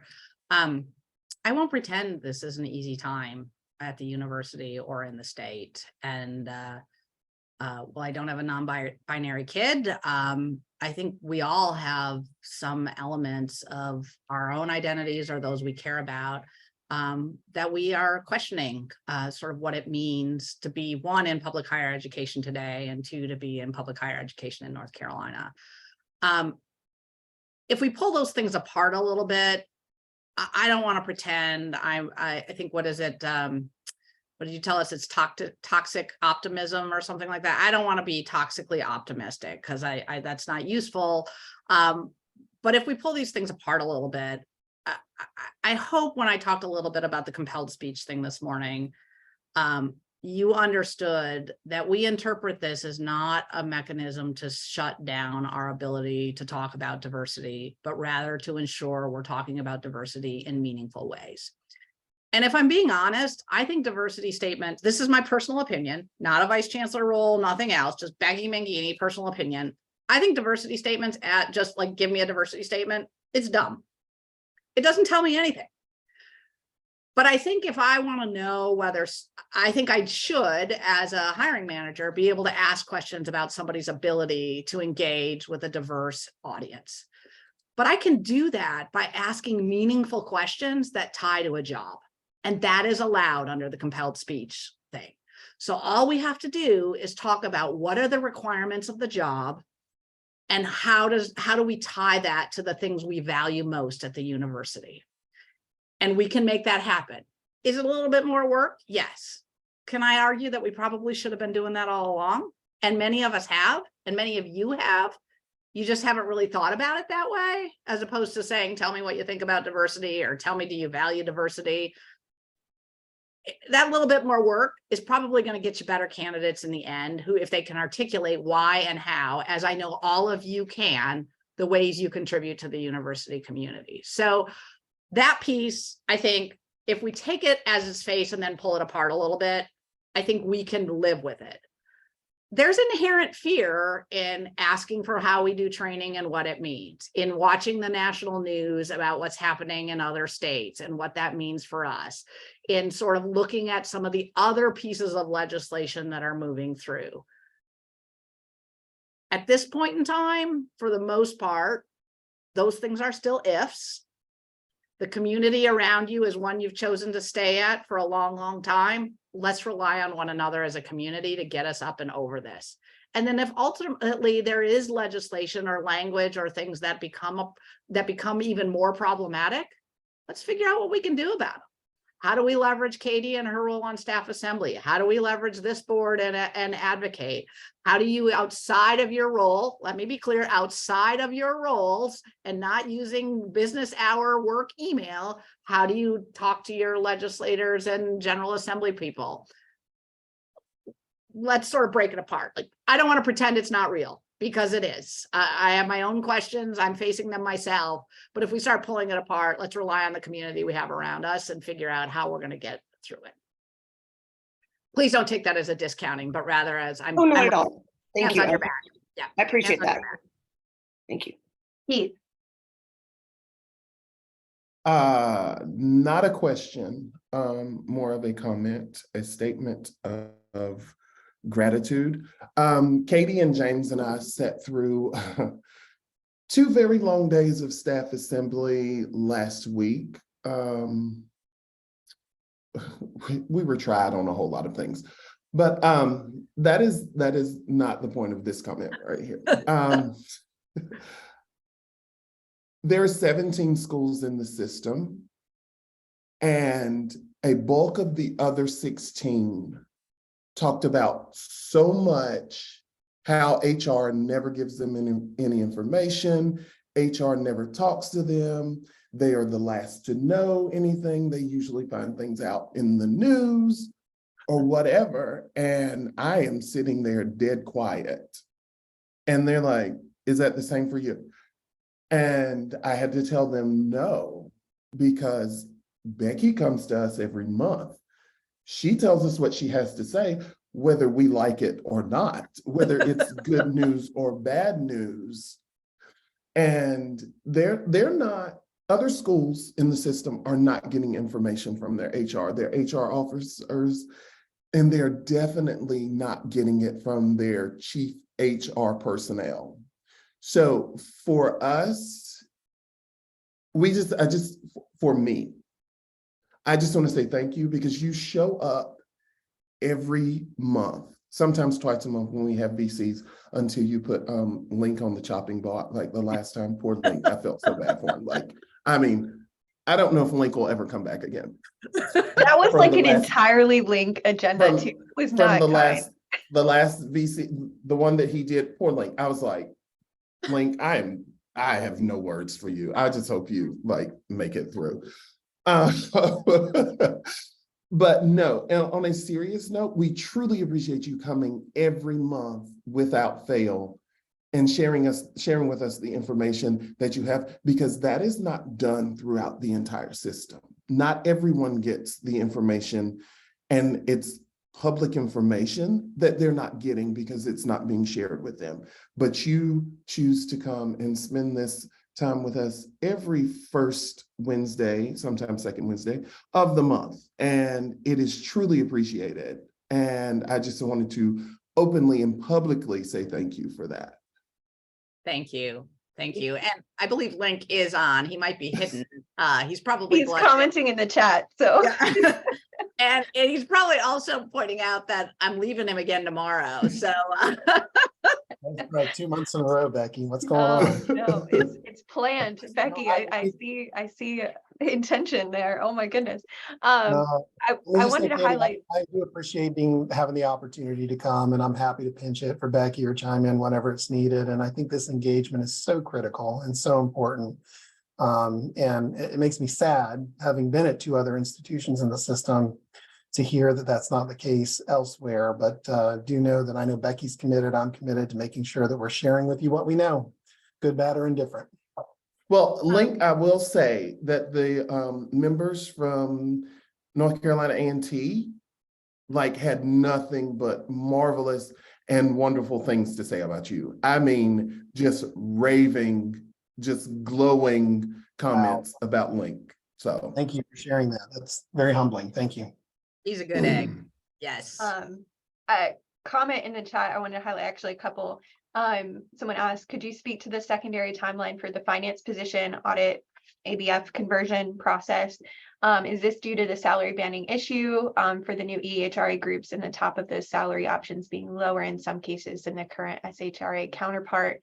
And someone added to that, Chrissy, yes, we and several other campuses are advocating for the ability to have a second conversion. Link said this in answer to that. Can you talk a little bit about that timeline for the second conversion, given the timeline you outlined for the SHRA and EHRA career banding updates? Link, you want to take that one, or do you want me to? Yeah, I can start with it. So as many of you know, we had an impending deadline of Friday for folks to make an election. We knew, as did other campuses, that there was going to be a lot of work happening over the next 6, 8, even 12 months on things like ranges. So we felt like that a second option would be needed, because if those ranges look very different, that could impact a person's desire to convert by having that new range information available to them. So we petitioned, as well as some other campuses, to try and get a second conversion option. You may recall in the IT conversion, we had 3 opportunities. We felt like that was too many.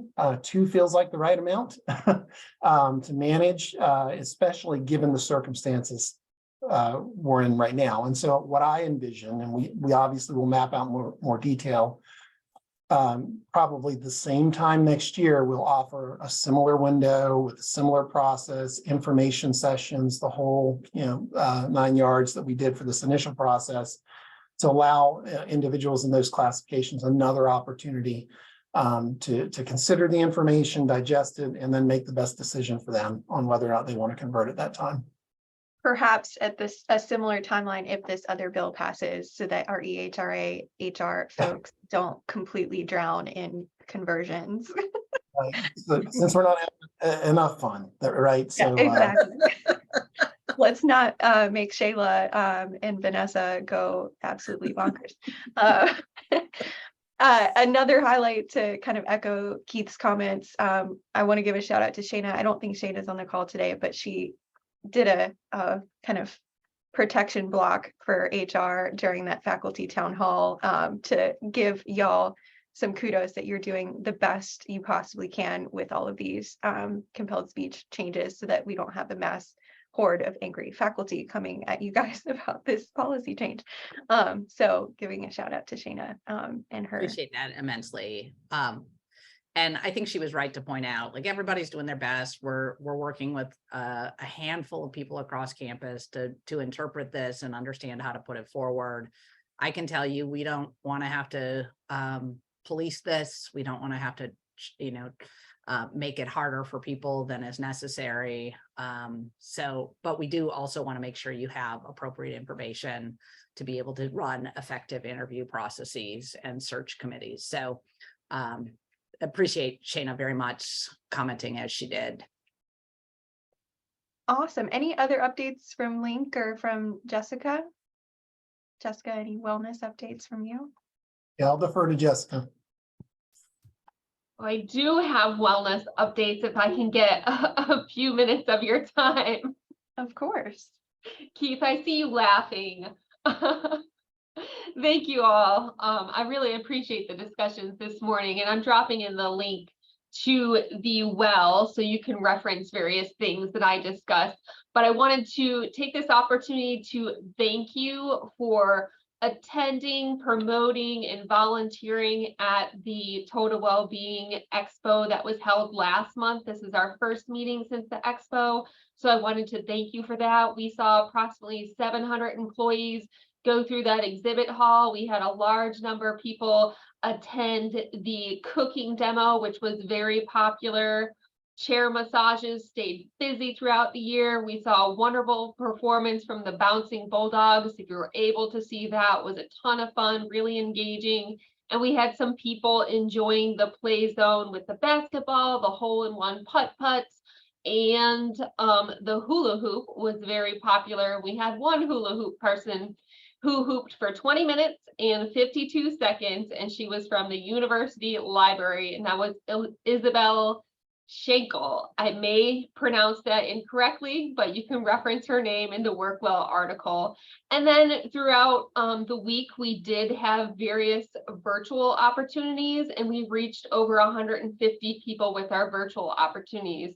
So again, a really successful event.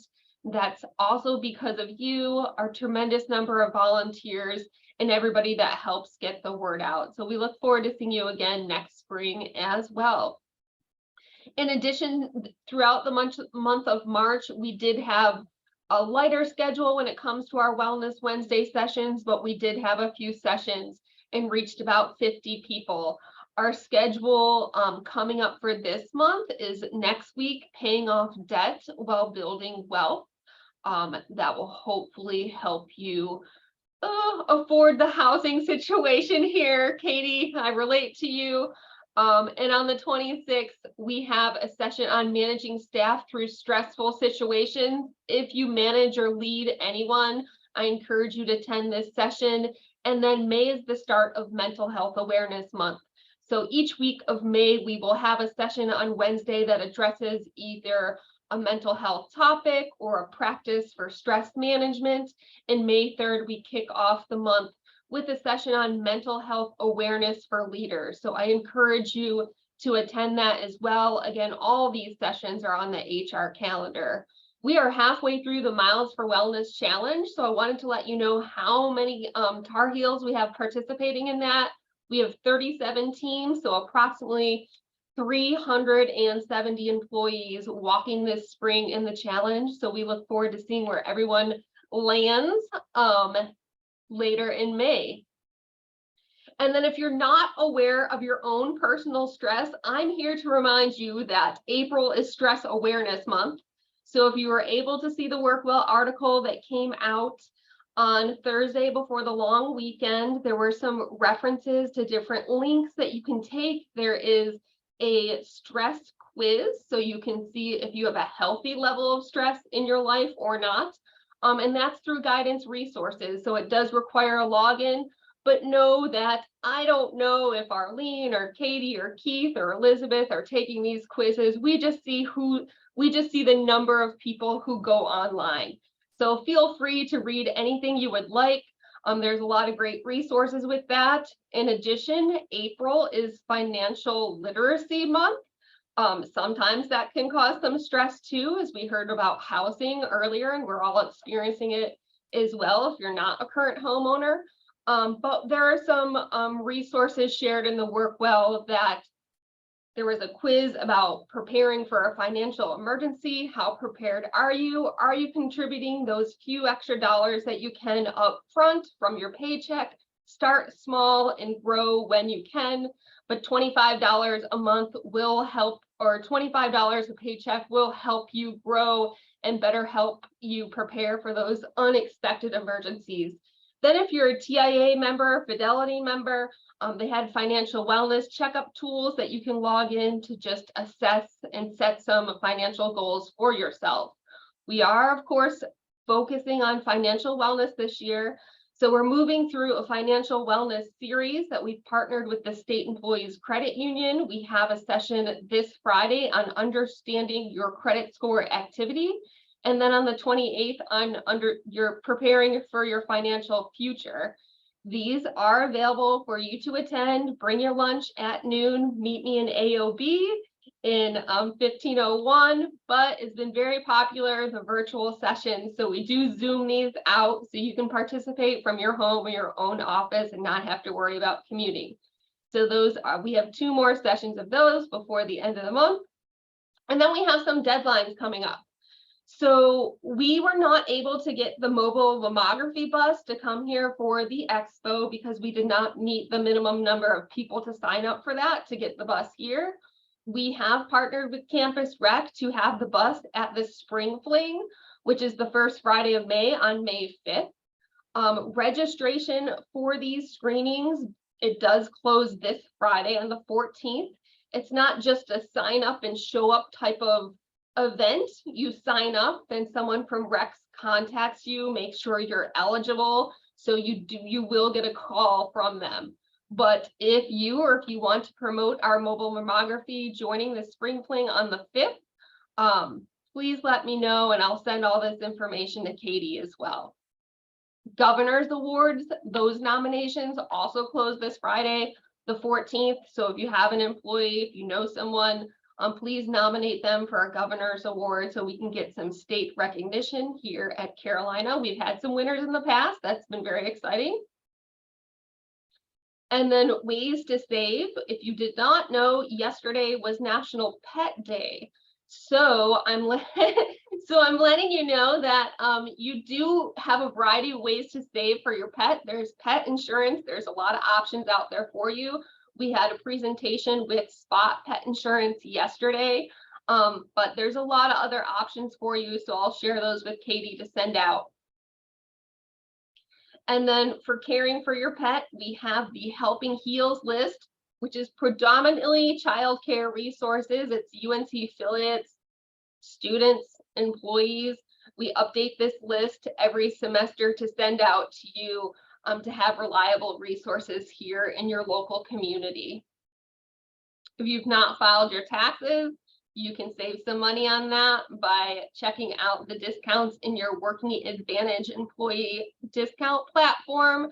There are discounts for H&R Block, Tax Act, and TurboTax tax. So do not forget to do that by Monday, the 18th. And then if you're planning for a fun summer or taking some spring trips, Working Advantage also has discounts off hotels, as well as many theme parks, including Carowinds and King's Dominion. That is not too far away.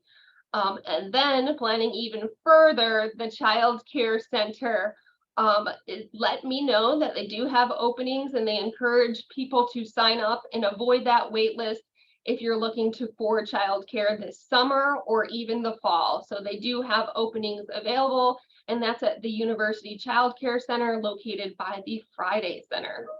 So that is all I have for you, but let me know if you have any questions and I'll send that to Katie. Thanks so much, Jessica. Always glad to forward those updates on to delegates to share with their constituencies. And thanks as always for those helpful updates. All right, so we're running short on time. So for our consent agenda, I'm going to pull out and discuss two committees, membership and assignments, and recognition and awards. I have updates on education and career development, community service, and I believe one other that I'll share via email after the meeting, but to kind of save on time, I'm just going to pull out those two particular committees to talk about. Is there anyone else that absolutely needs to provide an update? If not, you can send me emailed updates and I can share them with our other three committees that have updates for y'all. Okay, with membership and assignments and recognition and awards pulled out, do I hear a motion to approve the consent agenda, including February minutes? So move. Seconded. Okay, all in favor of approving the consent agenda? Aye. Aye. Aye. Aye. Any opposed? All right, consent agenda passes. Membership and assignments, I just wanted to highlight all of the work that Tiffany Keith and Arlene have done to help with the elections process, which is very much almost like underway in terms of ballots go out, yay, tomorrow. So please encourage folks in your areas to vote once they get their personalized ballot tomorrow via email. So that's coming up this coming week. They'll have like a week to vote. Other updates, recognition awards. We're almost at the review process season. So Jesse and Tiffany wanted me to highlight if any of y'all are interested in serving as a reviewer for this year's peer recognition awards and the Rebecca Clark Award, please reach out to Jesse with your interest so that we can get a group together of reviewers. Most of that work will happen in May.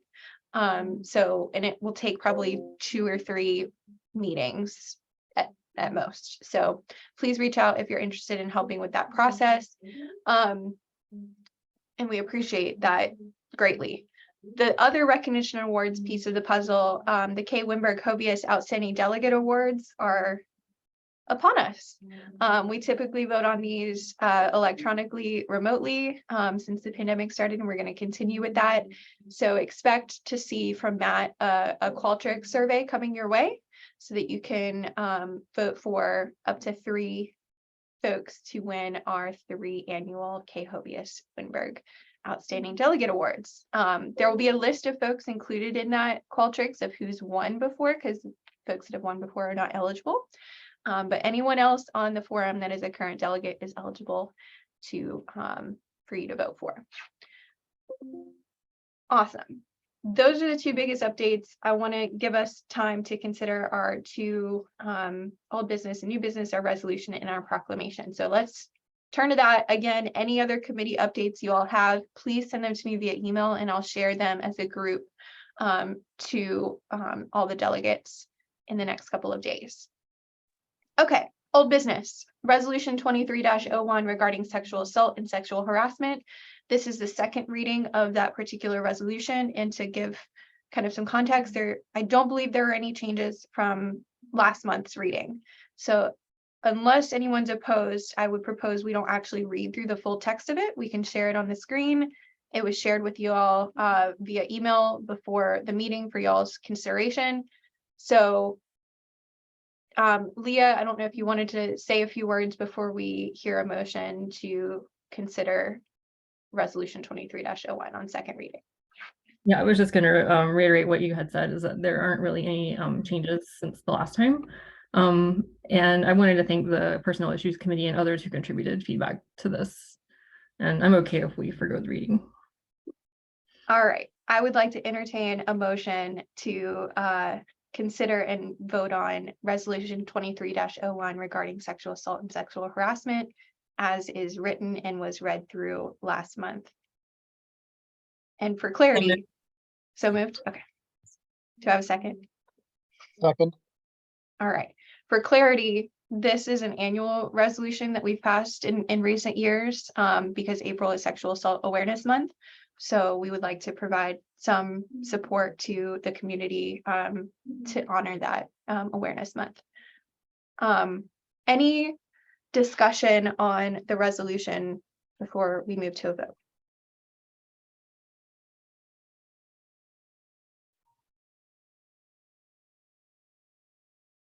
Hearing no discussion, I'd like to move to a vote. All in favor of passing resolution 23-01 regarding sexual assault and sexual harassment? Aye. Aye. Aye. Aye. Aye. And thanks for the people who worked on this. Great, kudos. Any opposed?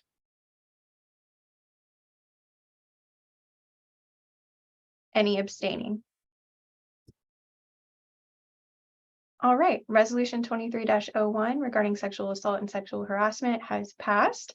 Matt will get that language added to the website, and we will send that resolution on to the Chancellor's office for their reference. Okay, moving on to new business. I don't believe our parliamentarian is here today, but I'm almost positive, and somebody will correct me if I'm wrong. Maybe Rebecca will correct me if I'm wrong. That proclamations only require one reading according to our bylaws. So this wouldn't be something like a resolution where we would have to hear it 2 months in a row. Is that correct? Yes. Okay, so I thought I was correct. Given that, I just wanted folks to have that context. While this says first reading, I don't know that we have to have multiple readings for this unless there's substantive changes that get brought up during discussion. So do I hear a motion to hear discussion on proclamation 23-01 regarding accessibility concerns?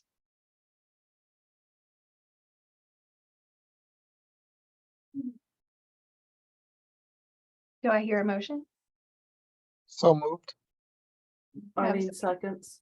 Okay, so now we're in the discussion phase of this resolution, and with that, I'm going to turn it over to Elizabeth, who's going to read through this proclamation.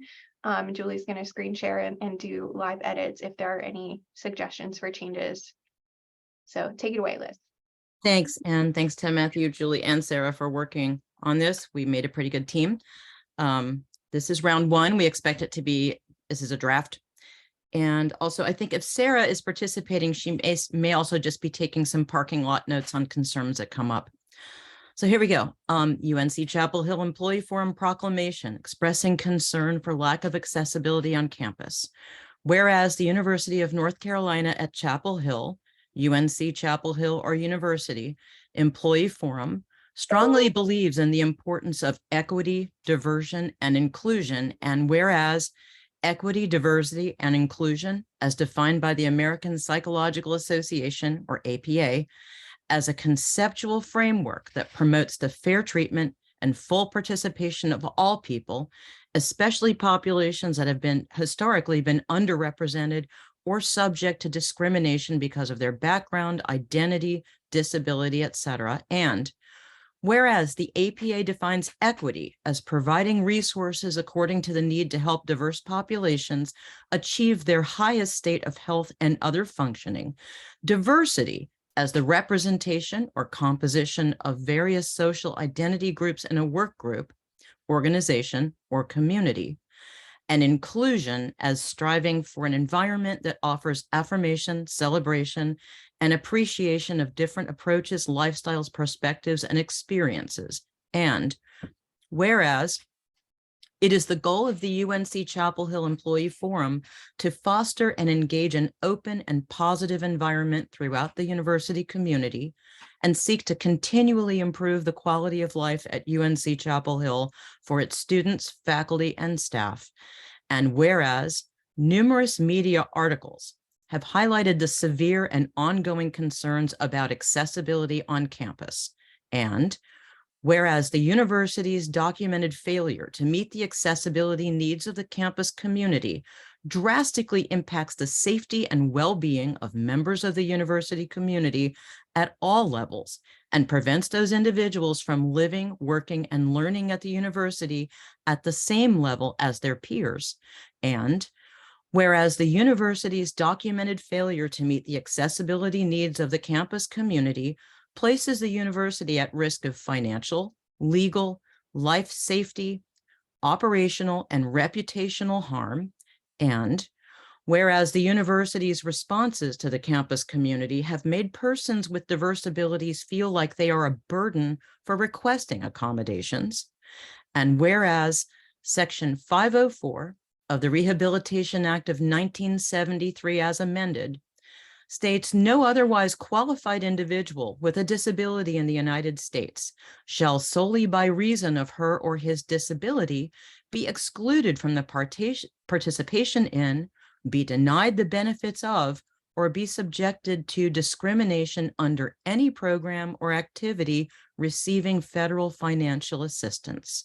And whereas the U.S. Department of Education's regulations implementing Section 504 state that no qualified handicapped student shall, on the basis of handicap, be excluded from participation in, be denied the benefits of, or otherwise be subjected to discrimination under any academic, research, occupational training, housing, health insurance, counseling, financial aid, physical education, athletics, recreation, transportation, other extracurricular or other post-secondary education aid, benefits, or services to which this subpart applies. Deep breath. And whereas the Americans with Disabilities Act as amended states no qualified individual with a disability shall by reason of such disability be excluded from participation in or be denied the benefits of the services, programs, or activities of a public entity, which includes UNC-Chapel Hill, or be subjected to discrimination by any such entity. And whereas the UNC Systems 2022 to 2027 strategic plan states the UNC Systems constituent institutions are individually distinct and mission-focused and collectively comprise an inclusive and vibrant system that is committed to excellence and the development of a diverse community of students, faculty, and staff, including people of diverse abilities. And whereas the UNC-Chapel Hill Strategic Plan Initiative Number 1, Build Our Community Together, states the extraordinary events that we witnessed during the COVID-19 pandemic and the disturbing images and reports of racial and social injustices have brought to the forefront the fundamental challenges in our day-to-day life in the form of real and urgent concerns about accessibility, race, religion, sexual orientation, gender identity, culture, health inequities, and political orientation. And whereas as a preeminent institute of higher learning, the university should be actively striving to weave a rich tapestry of personal lived experiences and abilities. And whereas the Employee Forum recognizes the ongoing accessibility challenges are complex and will require a lot of work to solve, but stand ready to support university leadership and other stakeholders with developing and implementing practical solutions. And Thank you. Whereas a preeminent institute of higher learning, oh, I'm sorry, I already did that. Be it proclaimed, the University Forum fully supports and advocates for all university community members and visitors with diverse abilities to have a safe and inclusive experience. And be it proclaimed, the Employee Forum stands with students, faculty, and staff who have publicly expressed concern for accessibility on campus. And be it proclaimed, the Employee Forum recognizes that there is an intersectionality between disability, health disparities, and racial inequities, which adversely affects members of our community. And be it proclaimed, the Employee Forum believes the university should go beyond the minimum accessibility standards required by federal law and instead focus on providing accommodations that meet the university's moral and ethical obligations to the university community. And be it further proclaimed that the Employee Forum is concerned the current level of accessibility on campus does not align with the university's stated commitment to excellence and inclusion. And see below for references. Okay. That was a mouthful. Thanks, everybody. Yes. Discussion on proposed proclamation 23-01 regarding accessibility concerns. This is quite lengthy. So I don't know how we want to approach this, if folks want to just like chime in with things in the chat for edit or revision. I'm open to anybody's comments at this point. Yeah, Katie, I was gonna say, some live are fine, but in the chat, I can then just copy them and then we can kind of meld them in offline too. So whichever's easier. So let's start further up towards the top maybe and kind of work our way down. We only have, I recognize, 4 minutes left for discussion. So we may not get to a vote today. And if that's the case, reach out to who all is primarily focused on drafting this. Elizabeth, myself, Sarah, and Matt. Okay, so do we want to appoint like one point person to have folks reach out to if they're interested in continuing the conversation on doing edits before we bring this back to the body? Yeah, I'm fine being that person. Okay, so if we don't finish this before we close business today, please reach out to Julie if you're interested in continuing to do revisions, and we'll bring this back for another vote in May. And I want to step in for a minute and say, thanks, Julie. I'm going to be gone. This is Elizabeth. I'm going to be gone some during April. I don't mind seeing everybody's comments. So if you want to send them to all of us, Julie will be the point person for this. And thanks. Also, I don't think we've actually run this through the DEI committee. So that's another step that we'll take with thoughts and drafts on this. Excellent. So maybe if you'll send me the date to remind me of when that DEI committee is, I'll send that out to all forum delegates and encourage folks who are interested in continuing this conversation to come to that meeting so that there's kind of one standard place that they can go to contribute to this conversation. My first thought is the whereas, where it says, whereas it is the goal of UNC-Chapel Hill Employee Forum to foster and engage in an open and positive environment. I would like to see that a little closer to the top. Whether it be the very first whereas or maybe the second whereas. I think it should maybe even be the very first whereas. And I think that still flows with the kind of second and third whereas. And having just read the entire thing, like I've read the entire Passover Haggadah, I agree with you, Katie. Okay, good.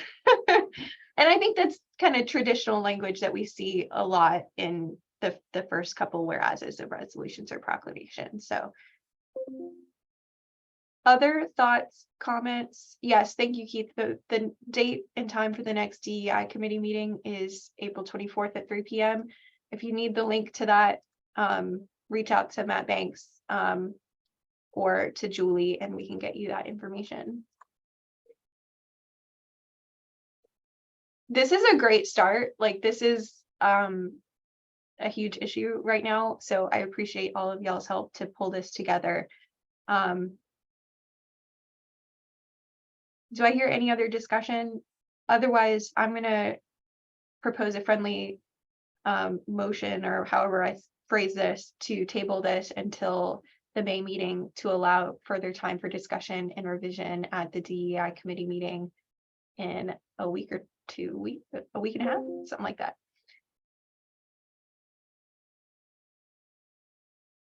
Anyone?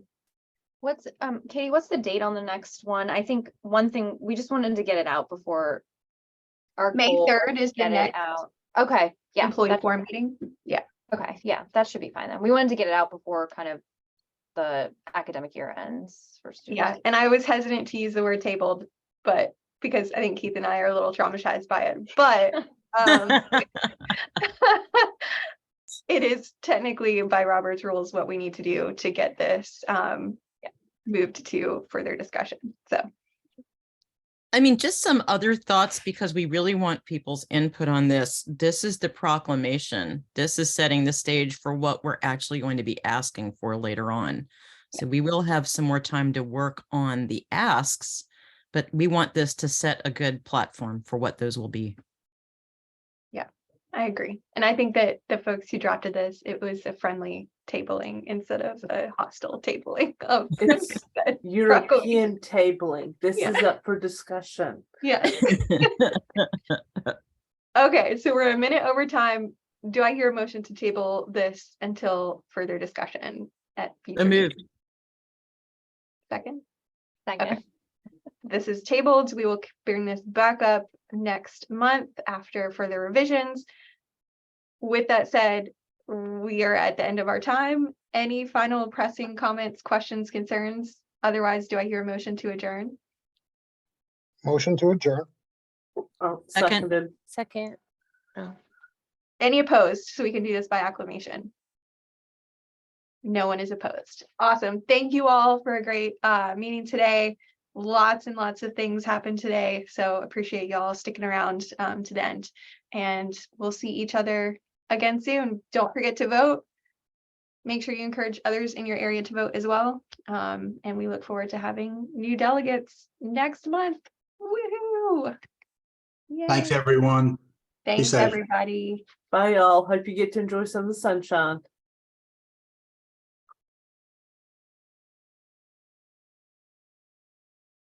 Katie? Yeah. I'm totally gonna buy us all copies, and we're just gonna walk into the meeting. Walk all around with the Robert's copy. Rules of Order in our like Yes. they're like pocket versions of it, so we can just like Yes, pull. there are. I'm going on Amazon today It's a great expense. and I think that and that's see great. what we can do. They And may just also, be like, they may also have them at the school of government I or love the that. law school. We're not gonna be very nice at this July meeting for last month. not at all. All right, y'all have a good one. Y'all too. See y'all soon. Maybe see you Saturday, depending if I get out of bed in time. Well, I'm gonna be over here on the campus getting ready to be in line at 5 o'clock in the morning, so that I'm getting up at 4. You do you, Keith, because that's not gonna be me. I am. All right, bye y'all. Bye, y'all. Bye. Matt, do you want to stay on? We'll stop the recording and chat about final things for elections. Sure. Let me stop the recording.